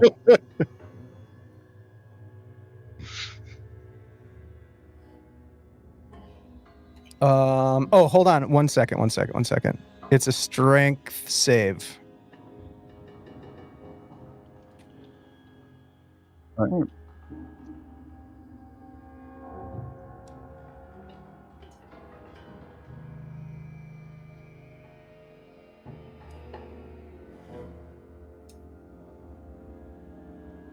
Yes. Sweet. So I'll ask you, Osric, what'd you get? 15 total. 15 on a strength. Okay. Yeah. Ryder. 13 on strength. Okay. Vamrid. The water's real deep, see? I got a 7. Yeah. And Torbin. 16 prime. Okay. Yep, I got your primes right here. Okay, because you hit it with a sword. Yep, that's exactly why. So you guys watch as Vamrid shoots up into the air atop this vortex of water, and it is swirling around him. Let's see. I mean, is he seen? What do you mean? Sort of dark. It's dark. It's dark. Well, it's Sorry, what? Listen. I'm not catching it. It's dark where he is. Yeah, there's no light hitting where Vamrid's token is. Oh, so nobody can see this happening, is what you're saying? Yeah. This might be bad and dangerous and could kill me. However, when I shoot up into the air, I yell, "Wee!" 'Cause shit. How else Torbin- is he gonna miss? Torbin does You- have dark vision. Yeah, but it takes a minute to kick in when the lights go out. Okay. The CNC. you baby. hear the shout of a weave that gets stifled, Vamrid, as water goes into your open mouth. Oh, You're sure, gonna keep take gargling. 4 points of gargling damage from this, and Yes, you gargling. cannot breathe. You are currently suffocating. And while that's happening, No two. Definitely no 2-0 while that is happening. Okay.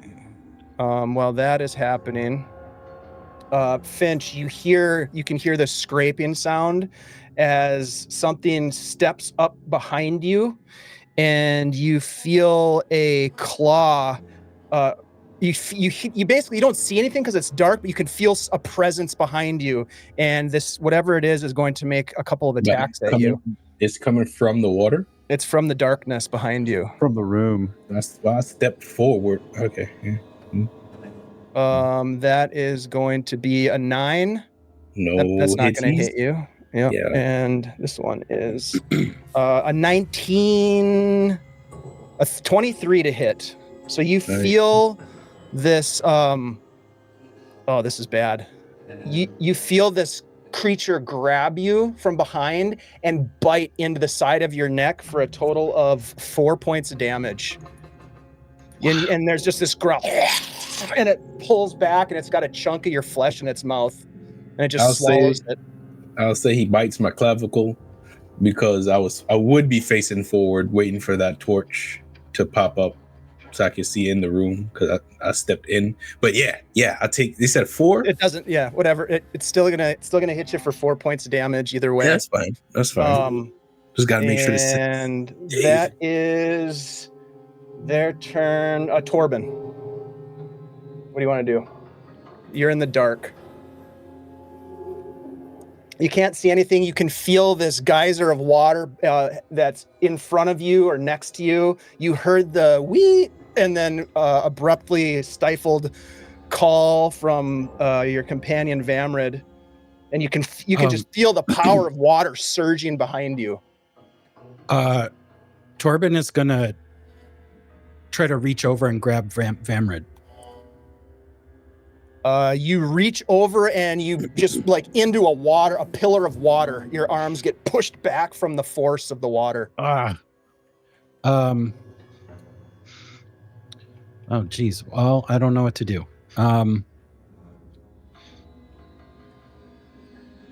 He is going to light another torch because he doesn't like how dark it is in here. Okay. And you can't see anything to hit. So. All right. So you use your action to light up a torch, and you can see that there is a pillar of water with a trapped Vamrid atop it, pushed up towards the ceiling of the room, and being basically engulfed in water. And he's just like, you can see that he's suffocating or choking or drowning in the water. That is your turn, Torbin. Ryder.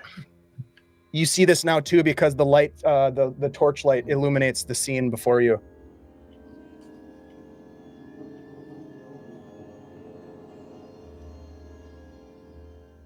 Or the Vamrid.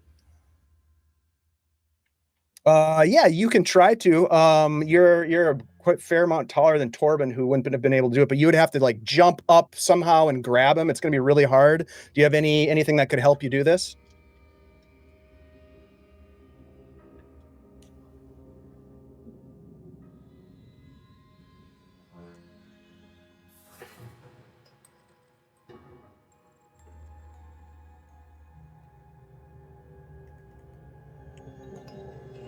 Possibly.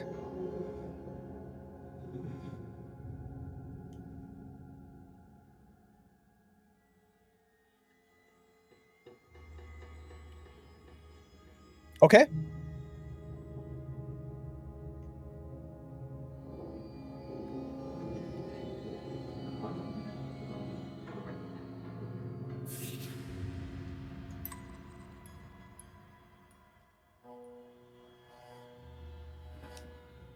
Yeah, you fire the arrow into the column of water and it just sort of like gets flung out, disappears in the water. Yep. Unfortunately, that didn't do it. Let's all roll initiative again, please. Oh my. Oh boy.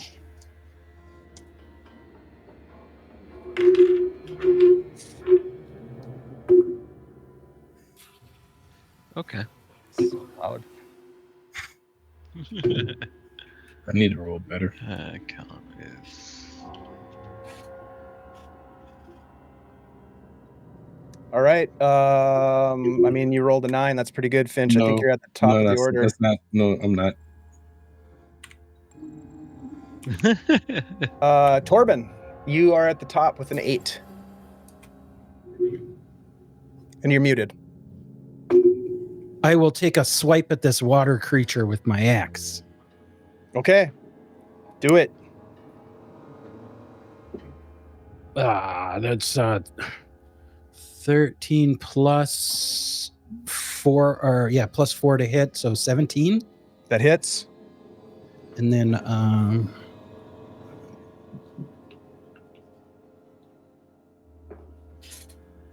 for 6. Oh, plus 2, 8. Ooh, slashing. nice. Okay.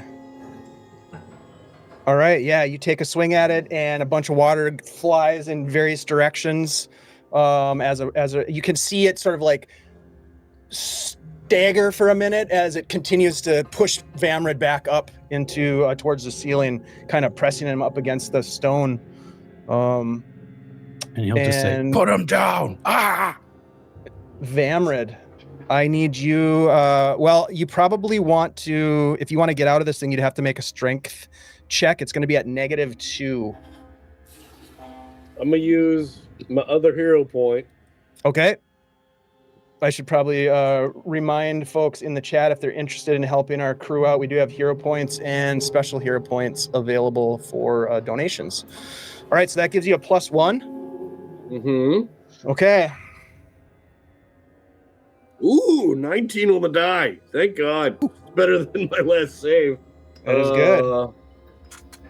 So even with the penalty, which would be -2, and your +1, that's still 22. an 18. Plus, okay, so 22 is more than enough. You're able to pull yourself out, landing next to the water, this water elemental or whatever this creature is, as it as you are out of its grasp. Spitting out water, I'm sure, because it basically pushed the water deep into your throat. That brings us to Osric. All right. Do I feel that pulling at my legs anymore? Is it still? You don't. Okay. So that was that creature did that. I don't have any more. I did 4 points with my magic missile, and that's what I got. So I don't like being in this water, and all I can tell right now is that there's this water, some sort of water elemental attacking my friends over here. I don't know what's going on with Finch over here, and I feel like I sense Callum smiling in the other rooms. Most importantly, I don't like being in this water. How tall is the ceiling here? About 20 feet. Okay. I'm going to cast Levitate. Whoop. Nice. And get my feet out of this water. Very cool. And try to assess what else I can do because I am out of offensive spells. Just got to lay the land. Okay. Yell out. I'll yell out to people that I can't see. So, Callum, Finch, report. Hello. Well, I asked for the torch so I can see something that's going on over here. All right, so the torch, I can move it to there. Actually, I don't even say that. You just hear fighting noises. Stuff's going on. All right, shit. You might have had a little light from Torbin too. Yeah. Yeah, you did. Okay, that is your turn. Ryder, what are you doing?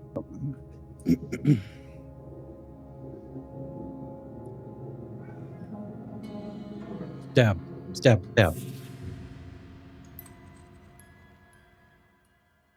Okay.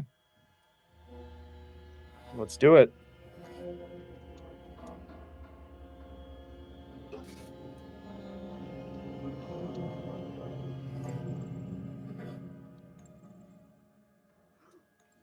Yeah, you fire another arrow into it. Is that what you're doing? Yep, and the arrow just kind of gets flung out and disappears in the water. You're not sure if it did anything. Callum, with that smug look on your face, what are you doing over there? Yeah, he is. He hears the shouting and stuff and the splashing, and he just hears a bunch of water, and he looks at the corpse, and he's like holds up the lantern as like, thanks a lot, bud.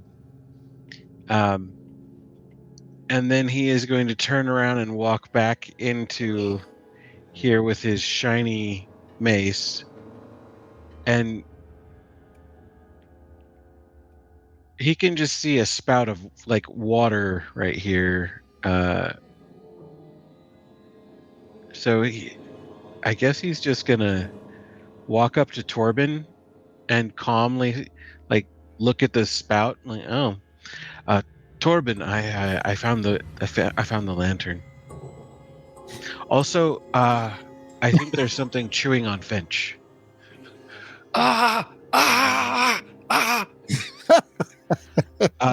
He's struggling with water right now. Hold on. I need to check. What is... Oh, 60. Oh, okay. Yes. We will turn undead. Although I just used all my movement. I can't do it. Never mind. Next time you could give it a try. Next time. Yeah. I'll finish with, I think something's chewing on Finch. There we go. That was a good spot. All right, so let's see. This thing is going to make an attack at somebody here. Vamrid. It is going to try to bash you. This is the water elemental. That is going to be a 14 to hit you. Negative.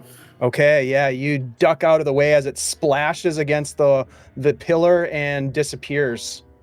Meanwhile, over on the western edge of civilization here, this creature, this undead creature, is going to attempt, I should say, to take another bite out of our monk. Let me see, where is it? There we go. Ooh, I forgot about that. Things you never want to hear your DM say. Finch, give me a Constitution save, Finch. There it is. Constitution's one of my primes. Good. Primilarians. Say 15. Okay. One of the things that I should have mentioned earlier is the absolute stench that is accompanying this thing. It is offensive. It burns the nostrils. I got a +1 bonus to save, so 16. Well, it depends. Is it disease, poison, paralysis, polymorph, petrification, and death attack? It's not. All right, so he attacked me with everything that I don't have bonuses for. I see your game, Dave. They'll come in handy someday, probably. I see the game you're playing. Okay, so it is going to make another bite attack. Ooh, it's going to be a dirty 20. Yeah, sure. For four more damage. Sorry, 4 points of damage as it bites you again. And Finch, it is your turn. I'm gonna just punch this stupid thing in the mouth. You said 4 more points of damage, right? Mm-hmm. Getting low. Okay. Yeah, I swing at it. Okay. Swing at this. Pop.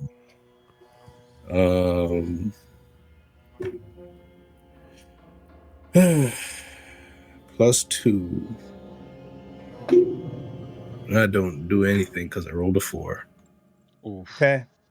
That does not hit, or if it does hit, it does nothing to stop this thing as it is just chewing on your clavicle Yeah. region. Off of me. All right, let's roll initiative for the next round.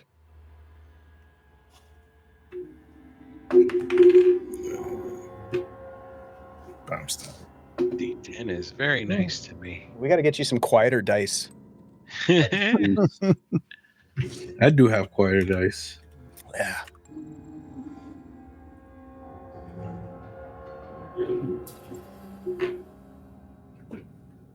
All right, Ozzy, it looks like you're at the top of the order.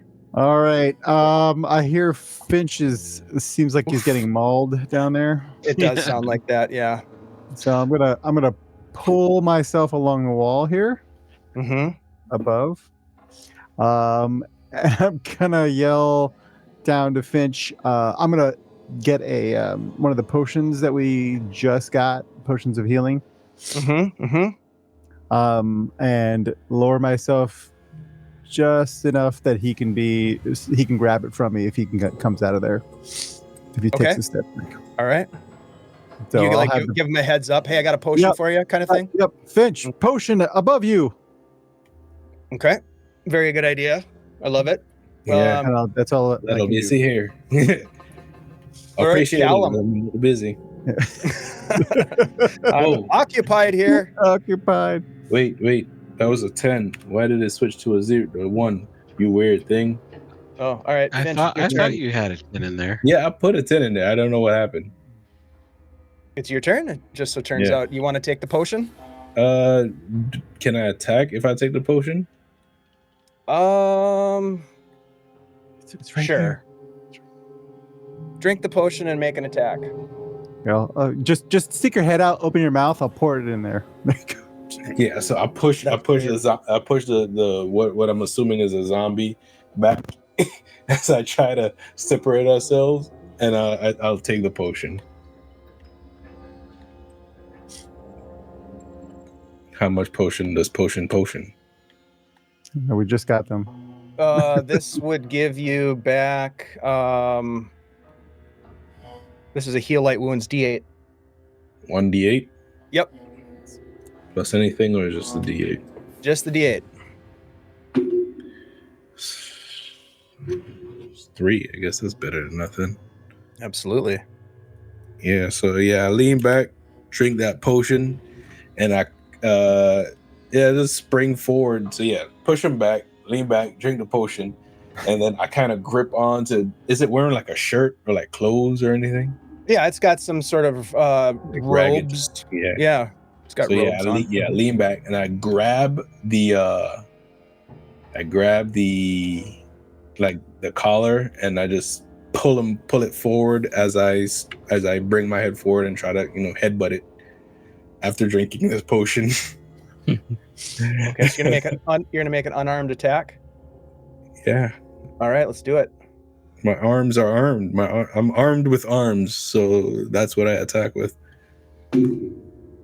Never mind, because I rolled a 5. Oh no, that stinks. Okay, all right. Well, you take a swing and miss. Now, Callum, it's your turn. What would you like to do? Right. I'm watching this go down, and I excuse myself around Torbin, and I sort of use half my movement to get a little closer. Not that I needed it. I just wanted to make sure that Finch was in trouble. And I'm going to attempt to turn undead. So that's +3 for a dirty 20. That's a wisdom roll, correct? Yeah. Okay. And I gotta. It must. Yeah, that works. Yeah. Yep, absolutely. Right. So he is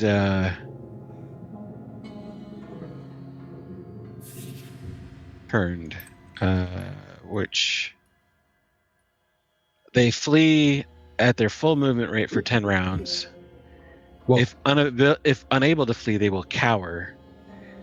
A +2 bonus to hit is awarded on all attacks versus cowering undead. Damn, that's sweet.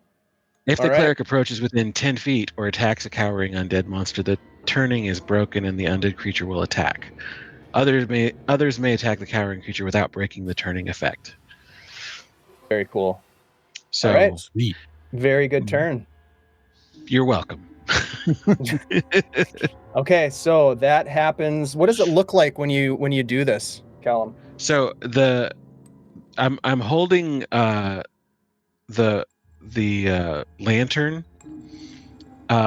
in one hand and my mace in the other, and I reach in and just grab my holy symbol by the ribbon in my mace hand and hold the light shining mace up in the air with my holy symbol, and just whisper the words, the stars collide and banish you from this place. And it doesn't banish him, but he is turned. As best as can be, yeah, for sure. So just for flavor, he immediately recoils and moves back against the wall and cowers.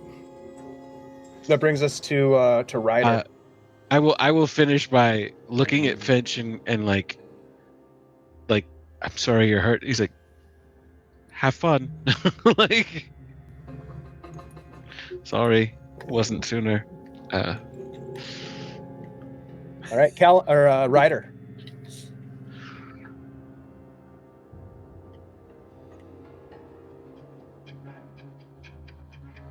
Probably not, because he's never done it. He hasn't done it in your presence. First time it happened, and I'm a little surprised it worked. Mm-hmm.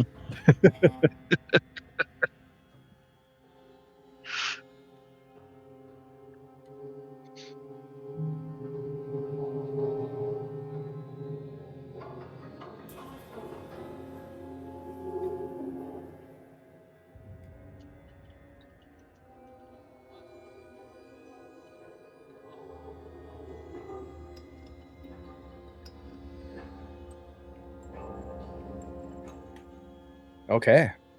All right. Yeah. With that said, now do you have any sort of illumination, any light, torches, or otherwise? Okay, you cast light. Perfect. All right, you have light on your token there. All right, that's your turn. Let's go to Vamrid. Vamrid, what are you doing? Well, Steve, just a heads up, they can't hear Doc on the stream. Oh, okay. I'm not sure why.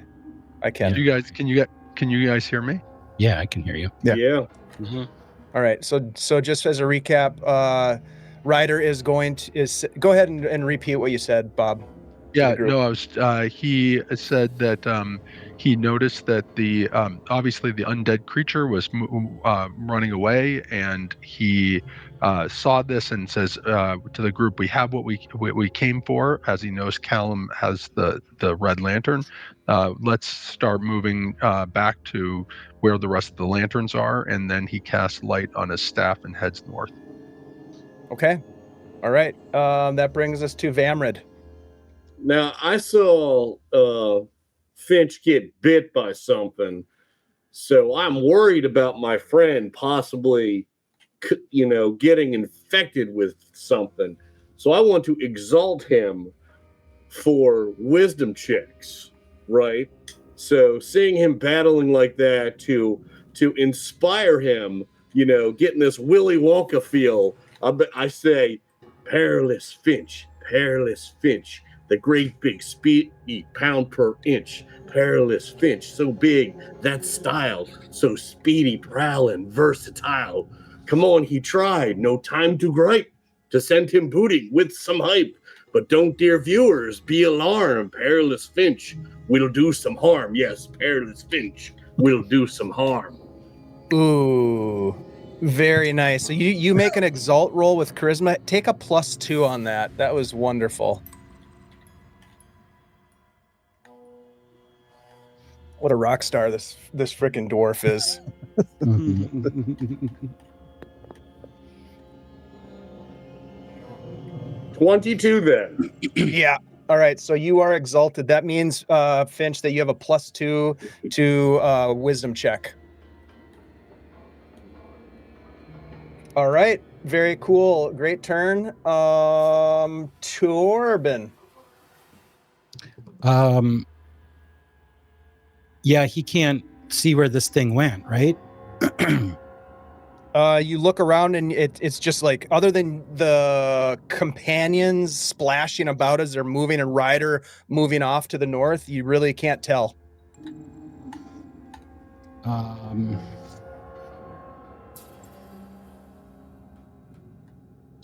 He's just gonna. You know what? If you wanted to look for it, you could do so. Okay. You could make a wisdom check if you wanted to try to see if you can find it. It will take your action to do so. I'll do it. Okay. Natural 20. Heyo. All right. You look down and you can see a mass of water, a current kind of moving around where Vamrid is, like around his leg area. Torbin will just shout out, "Oh, it's right underneath you. Look out." And with his movement, can he move up closer to it? I don't know. I mean, you're kind of right there within it. You're Yeah, there. Yeah, okay, never mind. you're right there. Yep. Okay. That is your turn. And as he says that, Vamrid, you see this thing start to like a wave sort of form next to you. And it is going to not get any benefit of a undetected attack because you look down and see it happening because of your companion. But it is going to try to slam you. That is a dirty 20, I'm afraid. Ooh. I forget how much damage it does. Slam. Oh Sucks to shit. be me. Yep, cocked. So it does a total of 6 points of damage as it slams into you. That's what it did to me. Let's see. Let's get. Let's see. This guy can't do anything because he's cowering. Okay, let's roll initiative for the next round, guys. Dave, Torbin would like to try to intimidate this thing. Intimidate the water elemental. All right. Yeah. Give me a con check. Oh shit. 7. Goodness. Should be rolling craps. Crap. 13. For a con. Yeah. Okay. And that's prime for me. Yep. Just so you Yep. Yep. Okay. Yeah. That sounds good. So the mechanics of that remind me are that because it's successful. The opponent has a -2 to their -2. combat roll, attribute checks, and saves Yep. Gotcha. for this next round. Yep. Or until I miss Until you miss it. Yep. Yeah. Okay. That's against you though, not against everybody. All right. Okay. That brings us to. It's their turn. Okay, so they you see this thing kind of cower away from you. Did you roll initiative yet, Torbin? I forgot to put it in. Sorry, I'm also at a 9. Okay. Oh, you're first then. Go ahead. Oh, okay. All right. That is a. What are you doing? 6. Oh, axe you attacking? attack. Okay, Yeah. got it. Yep. 16 plus 4 to hit, so 20 hits. to hit. Yep, that hits. And that's Come on. An 8 plus 2. 10 slashing damage. 10 points of damage. This thing, as you swing through it, it just sort of like loses all structural integrity and it just splashes back into the water around your companions. That thing is, for all intents and purposes, off the board.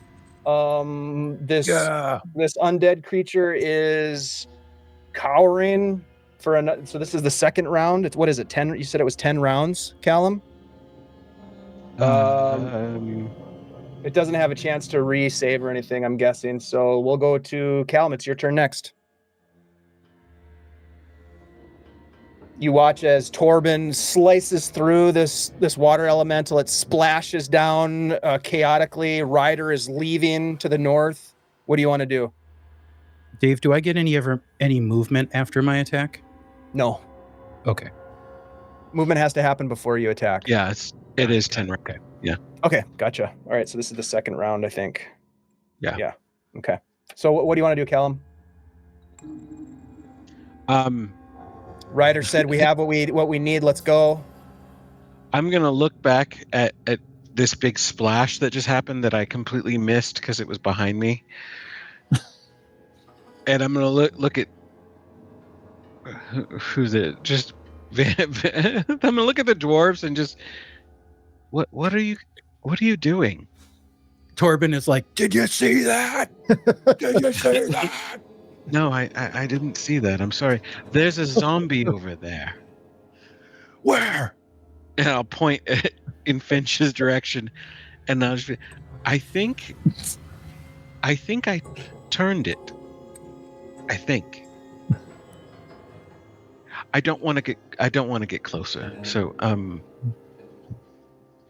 hooray! You killed the water. Go kill the zombie. Ah.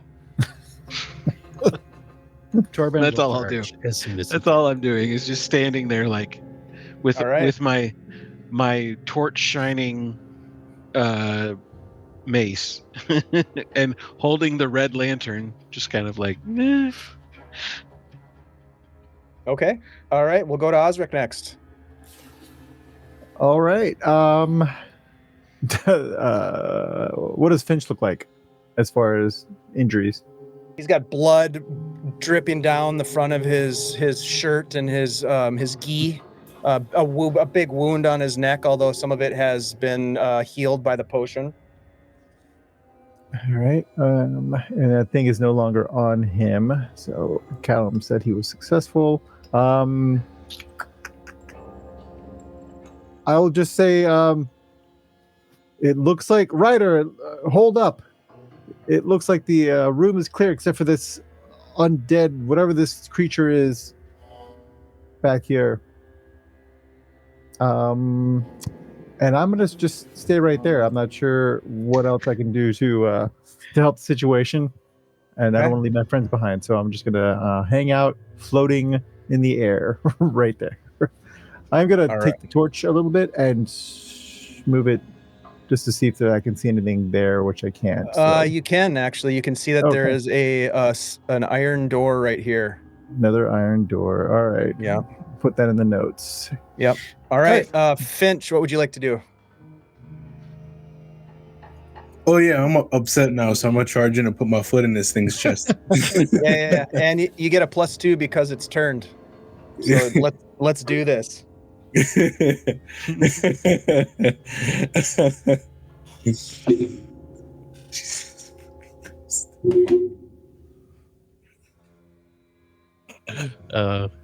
that good or bad? I rolled a 1, so I switched dice. I switched dice, and I'm still rolling. I'm still. All right, so I'll move your token. You race forward, but you fall down. You trip on something, and with a natural 1, you fall on the ground. I slip on my own blood. Yeah. Oh my god. Not everybody sees it, but almost everybody sees it. Yeah, Callum sees it. Yeah. Didn't see a thing. We'll say with your rest of your movement, you're able to jump back up to your feet, look around, see if anybody noticed. We did. I'm not even worried about the embarrassment. I'm just very upset now. There's plenty of light now. I'm very upset that this zombie is just it's getting away from me. Just cowering, just like up against the wall, trying to meld into the wall, but it can't. Ryder, what are you doing? Are you taking off? Are you sticking around? What's happening? He is looking at the group. He's a little bit perplexed because it's like we have what we came for and we're running after a zombie that's cowering in the the corner, and he's wondering about the overall average intelligence of the group. But fair. he's not going to run away from his party, so he's going to come down and he's going to bandage Vamrid, because I think Vamrid took some damage on that water, so he'll take a bandage and try and bandage him up. He'll roll a D2 for see what we get him back here. Where am I? Sorry.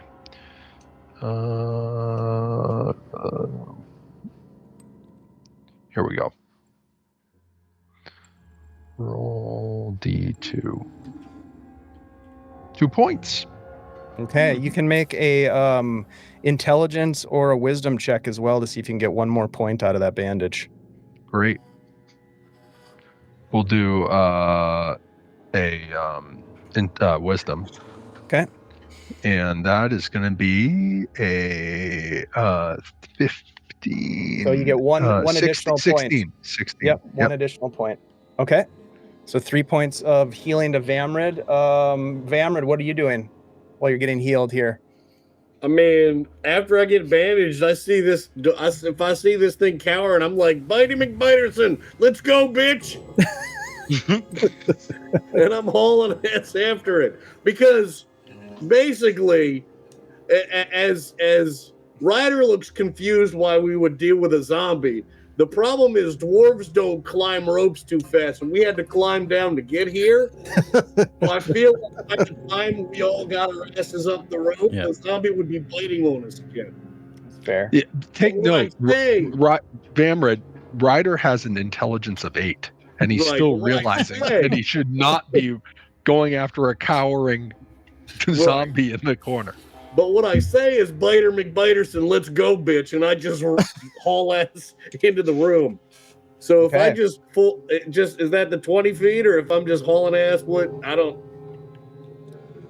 You are going to be running. Yes, sword in hand, you won't be able to make an attack, but you can. No, that's fine. You can move when you're running. You can move up to 4 times your movement rate. So you can easily get there. Yes.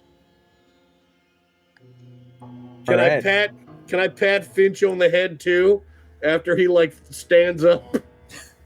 He's a little bit too tall. You can't quite reach his head. Maybe his arm. You could get on one of the benches. You could jump on one of the benches and do a jumping leap head pat. Can I do a kick flip? What are you kick flipping? I don't think so. All right, we gotta draw the line somewhere. Yeah, we got exactly reasonable. Good enough. My turn's over. All right. Here's what we're gonna do. Just for the sake of time, this thing is cowering. You guys have the advantage, obviously, on this thing. You guys put this thing down. Torbin's move was gonna be charging in there. Yeah, you guys gang up on this thing like a printer in what's that movie that I'm trying to think of? Office Space, like the printer in Office Space, and you pummel this thing. You look down at this creature, and damn, it feels good to be a gangster. This individual is dressed in tattered robes that are falling apart even as they were moving about. The room contains these 4 long benches, a bunch of niches along the walls. It looks like maybe some sort of a dressing room of sorts. You get the sense that this area was like a shower complex for the workers maybe of this place. But you do see that this particular corpse wears a gold ring with an 8-pointed star. I take it because I'm upset. So I just take the hand. I take the entire hand. Okay. It's fair. I don't even look at a ring. I just take the hand. Okay. All right. And searching through the rest of this room and the remains of this thing, you guys find 38 gold pieces, 2 platinum pieces, and 55 silver pieces. Wow. On this particular individual. So they that's do a good have reason they did it. Yeah. Exactly. Could you repeat those last two numbers? 38 gold, 2 platinum, and what? And 55 silver. And the gold ring with an 8-pointed star symbol on it, which is the same symbol that you saw on the red leather armor that the individuals were wearing. And Rona would also have seen that symbol somewhere else, but I don't know if the rest of you did. Okay, you guys also found the red lantern. Is there anything else you want to do in this space? I point out that there is a iron door to the south, but I think we've accomplished what we needed to accomplish today here. Did we search the other dry room on the other end? I did. There was nothing there but another corpse, but this one didn't wake up and greet me. So, and a red lantern. And the red lantern, yes. You already searched it? Yes, I found the lantern. I didn't search the body though. If you want to search the body, let's get it. Yeah, Torbin will search the body, just in case there's any more of those shiny rings. Yeah.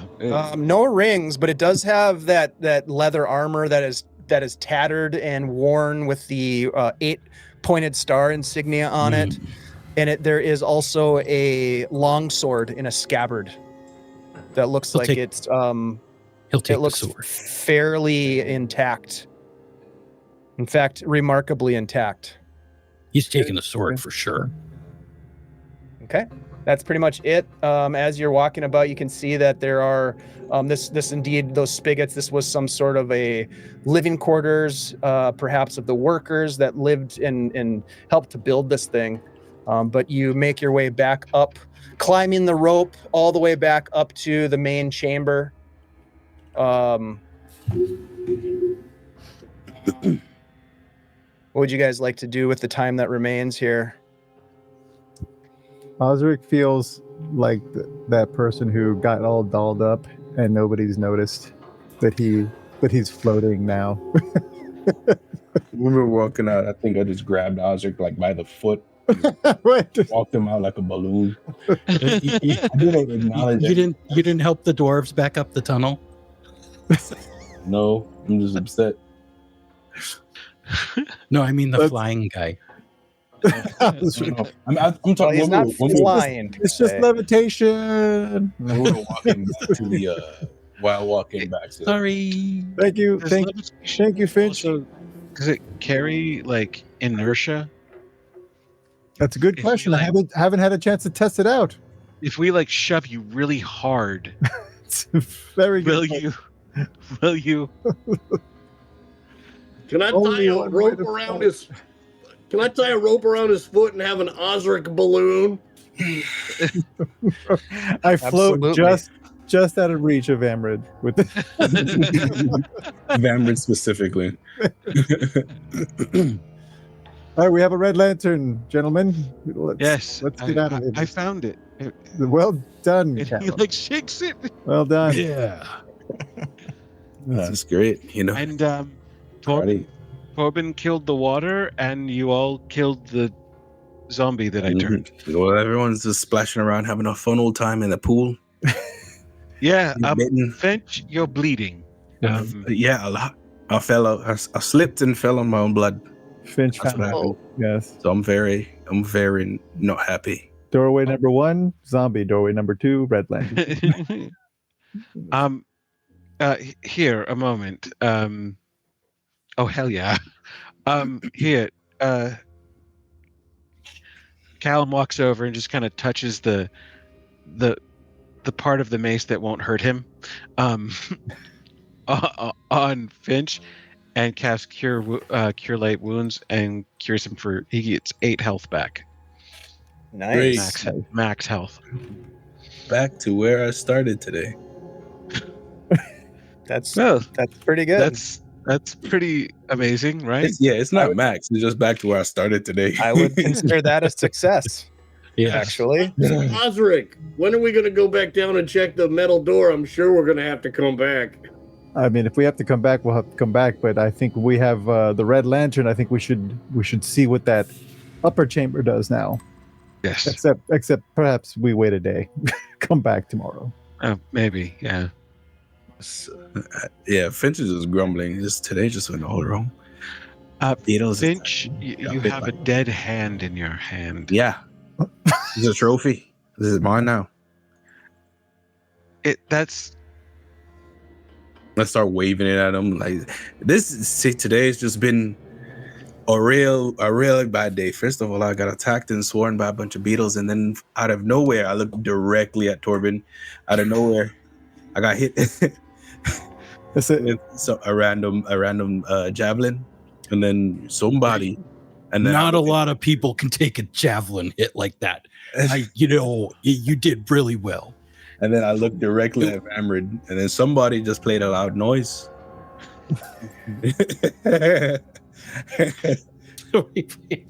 Callum goes pale and just turns around and walks away. As we're walking back, I tell him you'll want to put that in vinegar straight away, or smoke it, or take it to a certified taxidermist. That's really the three options you have. Otherwise, it'll stink up the whole place. And we just cleaned the Gavot Fort, so I think I have some vinegar back home.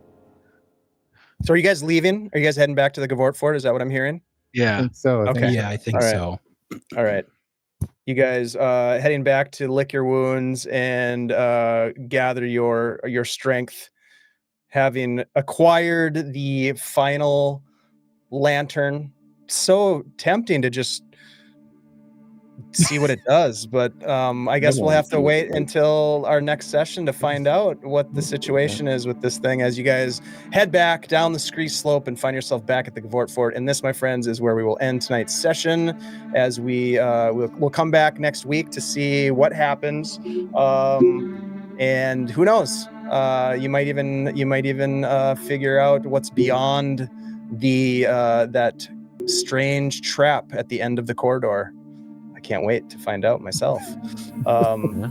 Thank you guys for playing another awesome session. You guys did great, and it was very fun. So thank you for that. Thanks to everybody for hanging out with us in the chat. We're gonna raid into some friends here in a minute, but I would like to give my players an opportunity to smash some really loud dice around and reintroduce themselves to you. So let's start with Jose. Jose, tell us where we can find your stuff, all your amazing artwork, and what you have going on. Thanks, Dave. Thanks for having me. This was a blast again. I'm Jose. My stuff is on the little sidebar there. You can go to my website and check it out. I think I have my socials on there, and I'll be posting on August 1st. I'll be posting what the big secret project that I'm working on for Gen Con. So where will you be posting it? I'll post it on social media and I'll put it on my website as well. So cool. Okay. All right. Well, we're all very excited to find out what that is. You've been teasing us for far too long, Jose. So much work. Yeah, I bet it'll be nice to be able to release that to the world. Thanks for being here, Jose. Sundance, what's going on? What do you have going on, man? I ain't doing nothing except showing up here. Hey, that's all right. I don't got nothing. Yeah, I don't got nothing happening. Well, nope. It's here. Everything that's gonna happen, is gonna happen here. So, well, I know for a fact that you'll be. I think facts. What are facts anymore? But I think you're going to be joining us in August for a very special birthday celebration for Mr. Shiv. We'll be playing some Alien RPG, so that'll be pretty fun. That's on Saturday, the 2nd of August at noon Central. So looking forward to that. Yeah, we're gonna have some fun. That'll be really good. Flea Monkey, Tony Shaw, myself, and Shiv. It's gonna be great. So thanks for joining us on that. All right, let's jump over to Mr. Vamp Wickman. Vamp, what do you have going on? What's up? I'm on Stronghold D&D every other Wednesday. Hell yeah. This has been a blast here. Thank you, Dave, for running it. It was amazing. You're very welcome. Appreciate it. Thanks, Castles and Crusade Troll Lord Games for this Summer of Madness craziness. I'm enjoying it. Castles and Crusade is fun. Thanks to all the players. This was a blast. Hilarious as always. And everybody make sure to get into the giveaway. Oh yeah. Absolutely. Thank you for the reminder, as always. Giveaway. Chad. Appreciate you. All right, Tim. Let's jump over to you, sir. Hey, I'm Tim. I am here. I am here again at some point with Vamp for some Viking Death Squad in the future September soon. And a very reasonable chance that a certain birdman named Sif will return in Arc 3 of New of Arden. Now you're the tease. Yeah. We will see exactly how he comes back and what it looks like. But meanwhile, everybody enjoy Arc 2 of New of Arden. You all are amazing. I love watching you play. It's such a fun game and system to play in. You guys, if you are interested, you should go check it out. This book is absolutely fantastic. I'm going to put the link in the chat. Our good buddy Ty put this together, a fever dream that was inspired by some crazy conversations, I'm sure, with friends, resulted in this amazing world and a great set of mechanics that I've really come to appreciate the amount of thought that has gone into this game. So really, I suggest you go check it out. It's fantastic. PDFs, hard copies, and soft covers are available. Tim, always a pleasure to play with you. And I will just tag on to your mention of Viking Death Squad. We've cast that totally. So we've got you and Vamp, Sundance, and Coco. So we're gonna have, and we're all playing crew. Bikers. Yeah, it's gonna be don't forget Bart. You said Bart could play. I guess Bart. I don't know who that is, but maybe I said that Bart could play. Alien Bart, anti-hero. Okay, Bart, welcome. You're going to have to tell Bart to get in touch with me. Otherwise, I don't know how else to incorporate them in. But thank you for that. Let's go next to Doc. Dave, thanks. Not sure how to come after Bart. Yeah, I don't. We don't know yet. We'll find out. We'll figure it out. Exactly. Figure out this Bart thing. Yeah. I today was really interesting. So it was great. Okay. In Minnesota, when we say interesting, we're like, that's interesting. It was like, it was unexpected. How is that? In what respect? I'm going to put you on the spot here. What do you mean? I just thought that everyone would want to get the hell out once we get the Red Lantern, but it's clear there was actually loot. And so it was actually smart to stick around and actually, go after the cowering zombie. So I wasn't expecting it. So that's what you get for continuing to go after. Right. I guess so. I'm playing with Phantom on his channel on the 10th, and then we're going to play some shadowdark on the 23rd of August. Nice. So over here. No, yeah, with here, you. Are we? Is Bart involved with that too? I don't know. hashtag is Bart on. Hashtag Bart? who's Bart? That's gonna be our new hashtag. Hashtag who's Bart. All right. Exactly. Well, Doc, I look forward to that. We're gonna have some fun. Yeah, absolutely. Thank you for that. Unexpected surprises are always good. That's right. Last but not least, we'll jump over to AndyG 3D. What's up, man? Hey, what's up, everybody? AndyG 3D here. You can find me here Tuesday nights playing Torbin, getting busy, solving these puzzles, bumbling his way through these. A lot of roaring puzzles. Yeah. Getting his butt kicked by water. Good times. Yeah. And otherwise, you can connect with me over on Discord, where we will all be looking for Bart. We're going to find him. We're going to track this guy down. Hashtag who's Bart. Not only who's Bart, where's Bart? And we're going to get him in a game. Come on, Bart. Show yourself. All right, Andy. Well, thank you for that. All right, let's go ahead and quit goofing around and give away some shit. So we're going to give away 2 $10 gift cards to the Troll Lord Game online store. ! Drawing to be in on the action. We are going to close that up here in just a couple of seconds. I don't know if anybody else wants to get in on that, guys.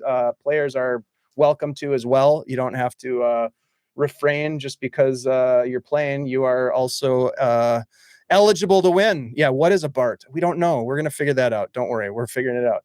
All right, here we go. We're going to choose the first winner.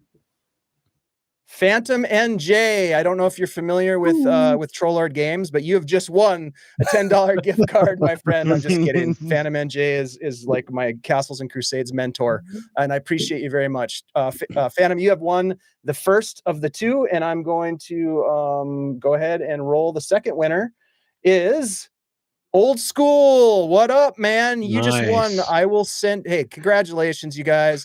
I will send you the links, the codes to the loot after the game here. So thank you so much for playing. Thanks for being here. And yeah, thank you guys for hanging out with us tonight. Players, you guys are awesome. That was super fun. You always make me giggle, and I love that. We're gonna raid into Vancouver by night. It looks like they're playing some Vampire the Masquerade, and we haven't raided into them for a while. So let's give them some good old-fashioned Guild Superior love. Thank you all. We'll see you on Thursday for New Avarden. Take it easy. Be good to each other. Try to do some good in the world. We need more good. And we'll see you Thursday. Bye-bye.